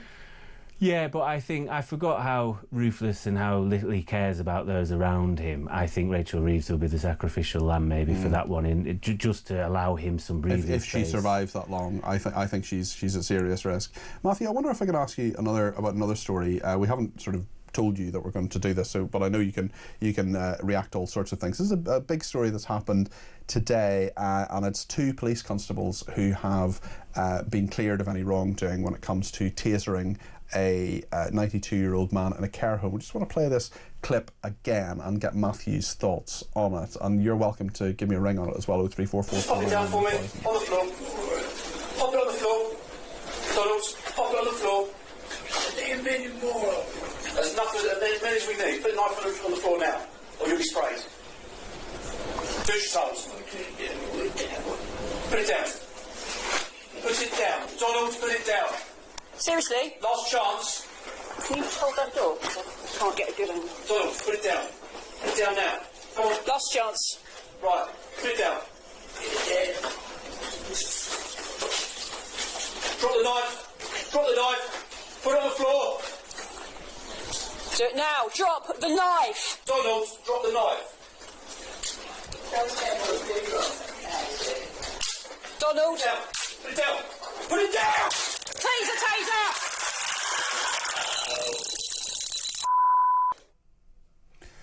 So they pepper spray him, they hit him with a baton to try to get the knife out of his hand, and then taser him. A lot of people have been reacting to this today. Dawn in Chelmsford, for example, says, suppose the elderly chap who was tasered actually stabbed a carer. It is a mistake to assume that someone elderly cannot be dangerous. Of course, the action of the police looked harsh, but a dead carer's family may not see it that way. Many people on the other side of this saying that the police acted far too heavy-handedly. We're going to talk about this more after the break as well, I should say, with the care rights activist Penny Hutchinson. What do you think, Matthew? It's upsetting, obviously. That's the first time I'd heard of the story. I hadn't seen the footage. I imagine they've been cleared because by the book they've probably done what you should do if there was a healthy, fit male in front of you and you proceed with caution. You would use certain apparatus to get the better of them and all manner of other things. That gentleman appears to be sat down, is obviously very elderly.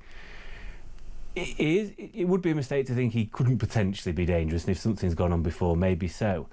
I'm not having that as a copper you're not agile enough when he sat down with it in his hand to he's not an get the amputee as well. He's an amputee. Well, no, sorry, this is ridiculous. I think if you cannot get the better of him, you need to hand your badge in and question what you're doing in the police force. You're going to face a lot more dangerous things than that, I'd have thought. If he's done wrong, he'll face the penalties, rightfully so. I just think that's. I wouldn't even just say it's heavy-handed. It's a bit like obtuse and ignorant. I understand doing things by the book, but. Well, sometimes there's by the book and there's by the book with an addition of common sense. Yes, I would as well, say and judging each. But you know the problem is with a lot of this sort of stuff. If they had done what I'd have just said, they may well have been found guilty of misconduct because they hadn't followed the book. This is maybe the problem. That's also a very, very valid point. Matthew, thank you. That's Matthew Torbett there, former Labour advisor and potential boyfriend for Angelina Jolie as well. So we're going to talk more about this issue with the pensioner, with Penny Hutchinson, who's a care rights activist, who'll be with us in just a second. Get your views as well between now and 7 o'clock when Kevin O'Sullivan is back in the chair between 7 and 10. We'll talk to him a little bit as well about what's coming up in his programme, but we're interested in your views, of course, on all of this. 0344 499 1000.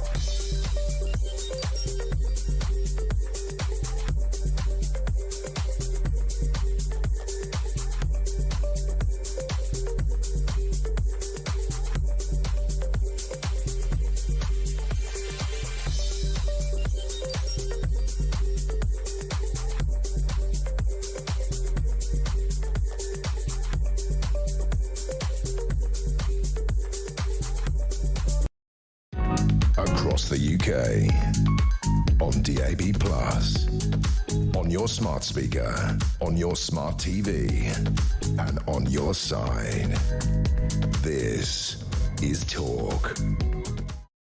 That's right, Mike Graham is back with Morning Glory between 6 and 10. The fort has been held by Kevin O'Sullivan for the last couple of days, and he is back in 24 minutes with Kevin O'Sullivan's Political Asylum, so stay tuned for that, back in his regular slot between 7 and 10. We'll have a brief chat with him before his programme and see what's coming up. Lots of people getting in touch about all sorts of issues, including the prisons. John in Lincolnshire says, simply don't lock people up for crimes that aren't violent or domestic burglary. Give them community sentences. Problem solved, says John in Lincolnshire. John, I'm not entirely sure it is actually solved, but anyway. Tom says, if you legalise cannabis, you can tax it. More money in the economy, less money spent on prosecuting people for a crime with no victim. It would take the money and power away from the criminal gangs, says Tom. I'm not sure there isn't a victim there, to be honest. Right then, I want to talk more about this.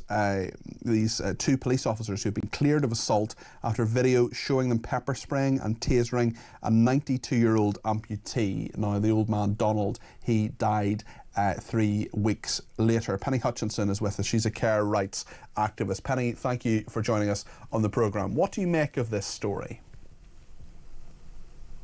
Well, first of all, seeing the video that you just replayed, you can't help but fill up and cry. It's just horrifying.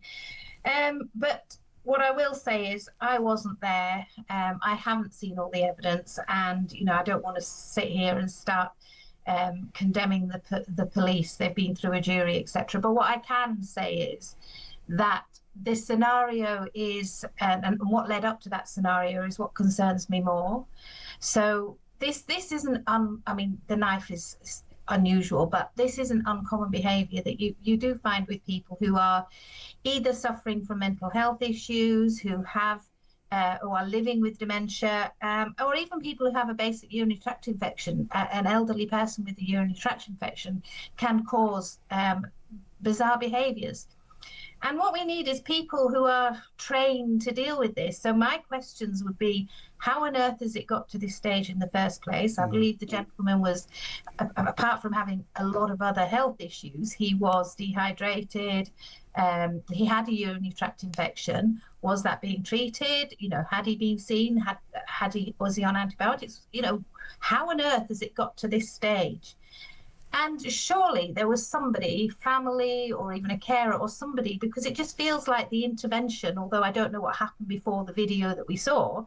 What we do know, Penny, is that the care home tried to talk to him for about half an hour before they called the police, and there was no budging. There are a number of people who have been care professionals who've been in touch, or former care professionals who've been in touch, texting and tweeting in and so on, and a former police officer rang in as well to say there are other ways to do this. It didn't have to be done that way. And I feel that too. To be quite honest with you, I have been involved with, and often involved with, dealing with people who have got themselves into, I mean, he was frightened. You could tell this gentleman was frightened. He was scared. He didn't know what was going on. If he had a urinary tract infection, if he was living with dementia, he will not have had a clue. And actually, the actions I saw will have just sorry to interrupt you, Penny, but just to clarify, just to make sure we have all the facts here, he had never had a formal diagnosis of Alzheimer's or dementia. What we certainly know is he's 92 years old, and most people, not everyone, but most people who are 92 years old will not have complete control of their faculties, and we know that. And that is exactly why I'm not really prepared to comment in great detail on exactly what the police did and didn't do, because all the media is all mixed up and giving all different stories all around the place, and it's very easy to comment when you're not actually there in the room, which is why my focus is more on how has it got to that situation in the first place.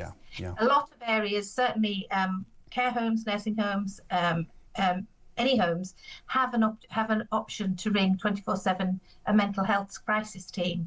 You know, where were the people trained to deal with somebody who has got themselves into such a position that they are feeling that violence or threatening violence is the only place to go? And actually, then threatening him with violence it will have just exacerbated the situation. So, for me, it's not necessarily unusual, but I think the de-escalation process hasn't worked. And is it because we need to do more around training, which we absolutely know we need to do for all the services involved? Penny, thank you so much for your thoughts on that. That's Penny Hutchinson, who's a care rights activist. Appreciate her coming on the programme. Monica in Sheffield says, where did the elderly gentleman get the knife from? Questions to be asked about that. It's a butter knife. It's a butter knife, Monica. He's probably just had it with his food, with his dinner or his lunch or whatever. It was not as if it was a particularly sharp knife. It wasn't as if it was a kitchen knife or a zombie knife. All it was a butter knife, the kind of thing that you or I use every single day. What is wrong with these cops, says Bridie? Where is their humanity? They couldn't take 20 minutes and try to talk him down. This is a disgusting embarrassment of UK policing. And Tony says about the care home outrage, it's all about using reasonable force. Is it reasonable force to use a pepper spray, a baton or even a taser against a 92-year-old man? I don't think so. Well, what do you think? We'll take some calls and speak to Kevin O'Sullivan after the break.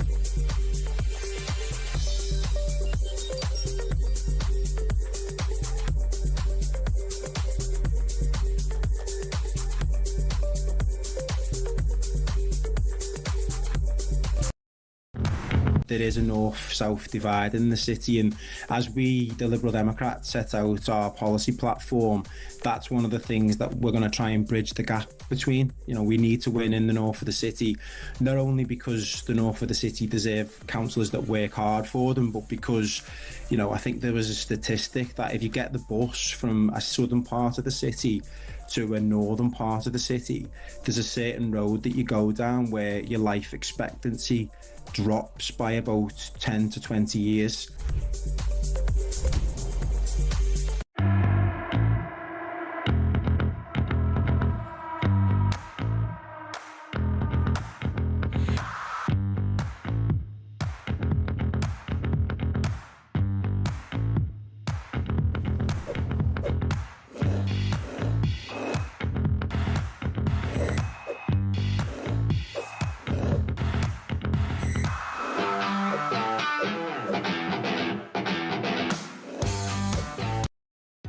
Across the UK, on DAB+, on your smart speaker, on your smart TV, and on your side. This is Talk. Thank you to everybody who has been in touch. Bob in Shropshire has given me a ring on 0344 499 1000. Bob, you're very welcome to the programme. What would you like to say? Talking about this pensioner that was absolutely disgraceful. I don't understand why he was sprayed. Mm-hmm. You get pepper sprayed. You got an opportunity to disarm him. You can't see when you've been sprayed. He was not above 2 yards away from him. Mm-hmm. It's the combination, isn't it? It's the combination of the pepper spray, then the baton, then the taser. You're sort of thinking, well, if you pepper spray someone, you can't see them, can you disarm them that way? If you've got the baton, can you hold down his arm and take it out that way, or immobilise him that way? It's all three at the same time, isn't it? And I mean, look, I haven't been in that situation. I've never been a police officer. I've never tasered anybody. But I do know what one of our callers told us earlier on, a former police officer. He said, look, there are loads of ways to disarm someone. And let's remember, at the end of the day, this is a butter knife. A butter knife can't do that much damage. Well, butter knives can hardly cut butter, can they? Yeah, well, that's a good point. He wasn't hit with a baton. Pardon me. He was poked with it. Yeah. And then immediately after he was sprayed, he was tasered. He was in a wheelchair, for goodness sake, and he was presumably, he must have been slightly disabled. Well, he was an amputee. I don't know if he was actually in a wheelchair, but he's certainly sitting down, limited mobility, and an amputee. So this is not a hardened criminal who is a great danger to society. This is a 92-year-old man who's holding a butter knife.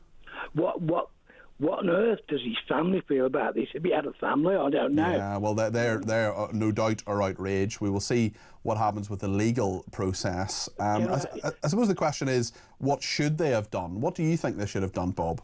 I think they should have gone. There was the lady that was on earlier on, the prison governor. Yeah, Vanessa Frick, the governor. Yeah, the governor. Someone in prison who is an hardened criminal. They went in with 3 shields, banged them against a wall, took whatever he got in his hand. The job was done. They should never have tasered this guy. I mean, where did all this happen? Was it locally or? Well, it was in a care home. I can't remember exactly where it was, where the care home was. Let me just see if I can find that information when we go to our next caller. Bob, thank you so much for your thoughts on that. And John in Chelmsford has been in touch. Says, just to clarify my earlier comments, when I worked for a local council housing department, I certainly witnessed violence by elderly men, some suffering from mental health issues. Don, thanks for your additional message there. I appreciate that.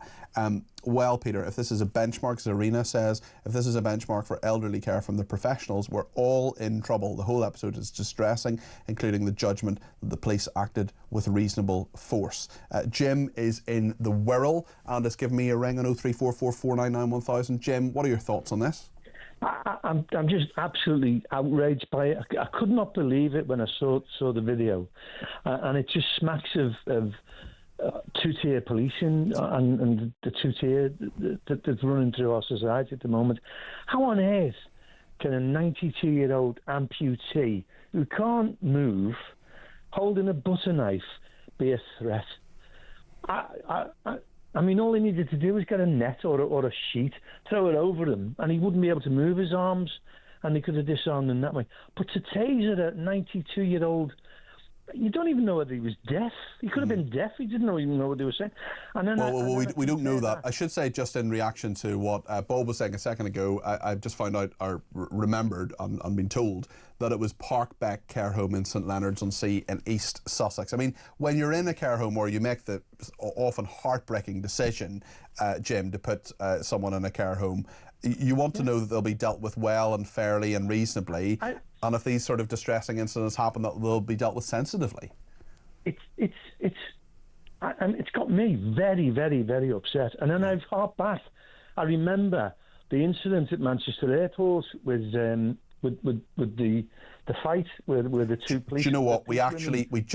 Jim, with the greatest of respect, I'm just going to take you off air because we can't talk about that for legal reasons just at the moment. And it's not that I'm trying to shut you up. It's not that I'm trying to sort of stop free speech. I'm just saying legally we're in a position where we can't talk about that, as is every broadcaster. But Jim, if we can talk about the care home again, I can put you back on air. Is that okay?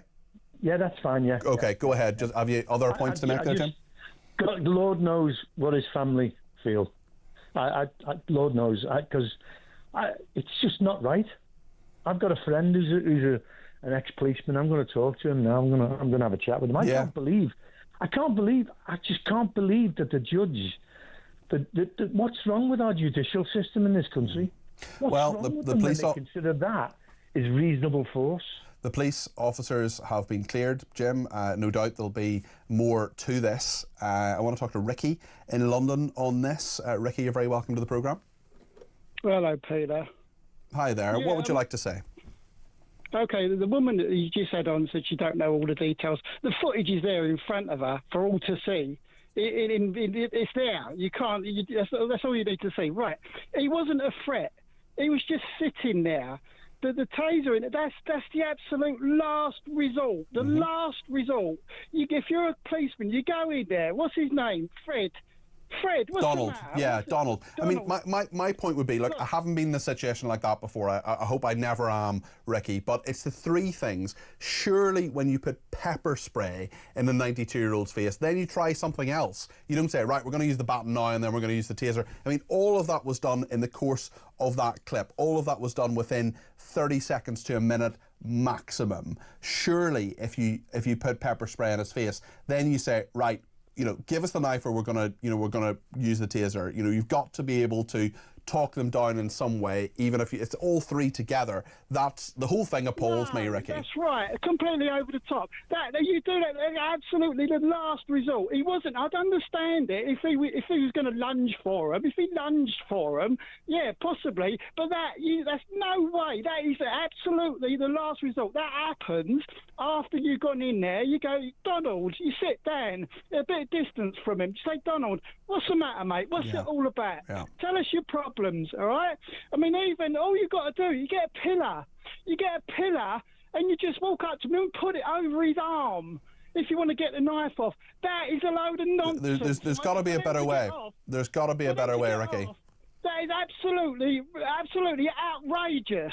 Yeah, all right. I'd understand it if he was fit enough to lunge for him, maybe, possibly. But you go in there, like the police call you. You're old Bill, right? You go in there. You walk into the room, right? He's sitting there. He's a 92-year-old man. You just sit a little bit of distance from him. You say, Donald, what's the matter, mate? Tell me your problems. And you have a chat for 10, 15 minutes. And and then if that don't happen, you just get a pillar. You get a pillar, Ricky, and you can put it over his arm. I think a lot of that makes total sense, and there'll be a lot of people watching and listening to this programme who say, why wasn't that done? Ricky, very, very good call. Thank you. And you're clearly frustrated there, and you clearly are annoyed by this, as I think so many people are. Mike has been in touch and says, hi Peter, afternoon. The two police officers being found not guilty of assault beggars belief. As a former police officer in the 90s, I can categorically say I would have disarmed that gentleman in a very gentle manner with a cup of tea, wearing the blindfold blindfold and my right hand tied behind my back. In this case, the law and the jury are asses. Those two police officers need a taser to subdue the one-legged man with a blunt knife. Goes to show how inadequate the police have become. Gary says, what if the police officer had tried to disarm that man and in the struggle he stabbed himself or died of a heart attack from the stress? No doubt all you wise after the event journos will be demanding to know why they didn't try to disable him either with pepper spray or even a taser. The police cannot win, can they? Gary, it's a reasonable point that they need to disarm him in some way. Do they need to disarm him with a taser and pepper spray and a baton? We're making our mind up on this one. I'm fairly clear what my mind is. And Gary, you disagree with me, and that's okay, because on this programme we disagree without being disagreeable. Monica from Sheffield says, if that was a butter knife, shame on those who treated a vulnerable old gentleman in such a cowardly way. John is in Belfast. John, you're very welcome to the programme. What would you like to say? I would say the same. When I looked at it, I don't even think a man had the power or the knowledge at the time to actually swing a knife at anybody. Yes. He just seemed to be in a confused state. And for two grown adult policemen, God forgive me, I wouldn't like to be serving beside it to them. I think policeman and policewoman, it should be said, but yeah, you're right. I would you like, if that was my father and I was watching the TV at night, I would turn my head away from him because I've never seen anything ridiculous. And do you know what, Peter, nobody's thinking of? See, 6 months down the line, are they going to get an award for disarming the knife man? Well, I hope not. I think they're more likely to face misconduct, but we'll see what happens there. John, thank you for your thoughts. Francis is from Norfolk. Francis is, I think you manage a care home yourself, is that right? Hi, Peter. Hi, Francis. Lovely. Sorry, I'm really nervous. Yeah, Take your time, Francis. Take your time. You're doing well. I manage a care home for adults with learning disabilities with complex needs. Before that, I worked in dementia care for at least 10 years. You know all about this, then? I'm just shocked beyond belief that the staff called the police in the first place, because besides his physical disabilities, the man had a urine infection which affects your behaviour. That's right. And I'm just shocked the staff didn't have the skills and capabilities to take a butter knife away from someone. Have you been in a similar situation, Francis? Oh, look, I've been in situations. I've got scars on my arms. I've been bitten. I've been scratched. But there is never a situation where I've had to resort to calling the police. What would you have done if you'd been faced with that man? What would you have done? Well, just talk me through the steps that you would have gone through, Francis. Firstly, I will take it down to one carer, not two, to reduce the threat to him, because clearly the more people involved in a situation where he felt under threat, the more it would increase his anxiety. So it would have been one carer sitting and talking to him. At the end of the day, it was a butter knife. He wasn't an imminent harm to anybody. So it would have been chatting to him, spending time with him. Possibly, if he was become very aggressive with a UTI, contacting the GP. I had that once in the past with somebody where they had to have a mild sedation because they just weren't responding quick enough to the antibiotics. But it wouldn't be his first response to call the police. Yes. I'm just shocked beyond belief. So you're shocked even that they called the police. Never mind the police's behaviour in that clip in terms of what they did. I'm shocked with the police behaviour. Sure. I'm disgusted with their behaviour.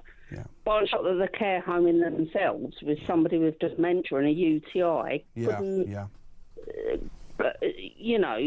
I'm fairly sure of a bit of a chat and a distraction and de-escalating him, he would have given over a butter knife. Yeah. Francis, fascinating to talk to you. I've got to go to talk to Kevin O'Sullivan. I just want to say thank you for ringing us, and you had no reason to be nervous whatsoever. You did really well there, and you were very clear and gave me a lot to think about there. Just so many people are I would say, genuinely upset. Ricky was clearly very upset by what had happened there. And this is a big story. No doubt Kevin O'Sullivan will be talking about it as well. Great to see you, Kev. Hello, Peter. Yeah, I mean, the police make it so difficult to support them sometimes, don't they? They're their own worst enemy a lot of the time. I don't like at all the very concept of coppers being prosecuted for what they do in the line of duty. I think we've got to think about this. We've got to look at it. But when you get this story, 2 coppers going, a 92-year-old guy with 1 leg. I mean, what would all of us have done? Well, what sort of threat is he? I'd have walked over to him and said, "Give me the knife, you silly old sod."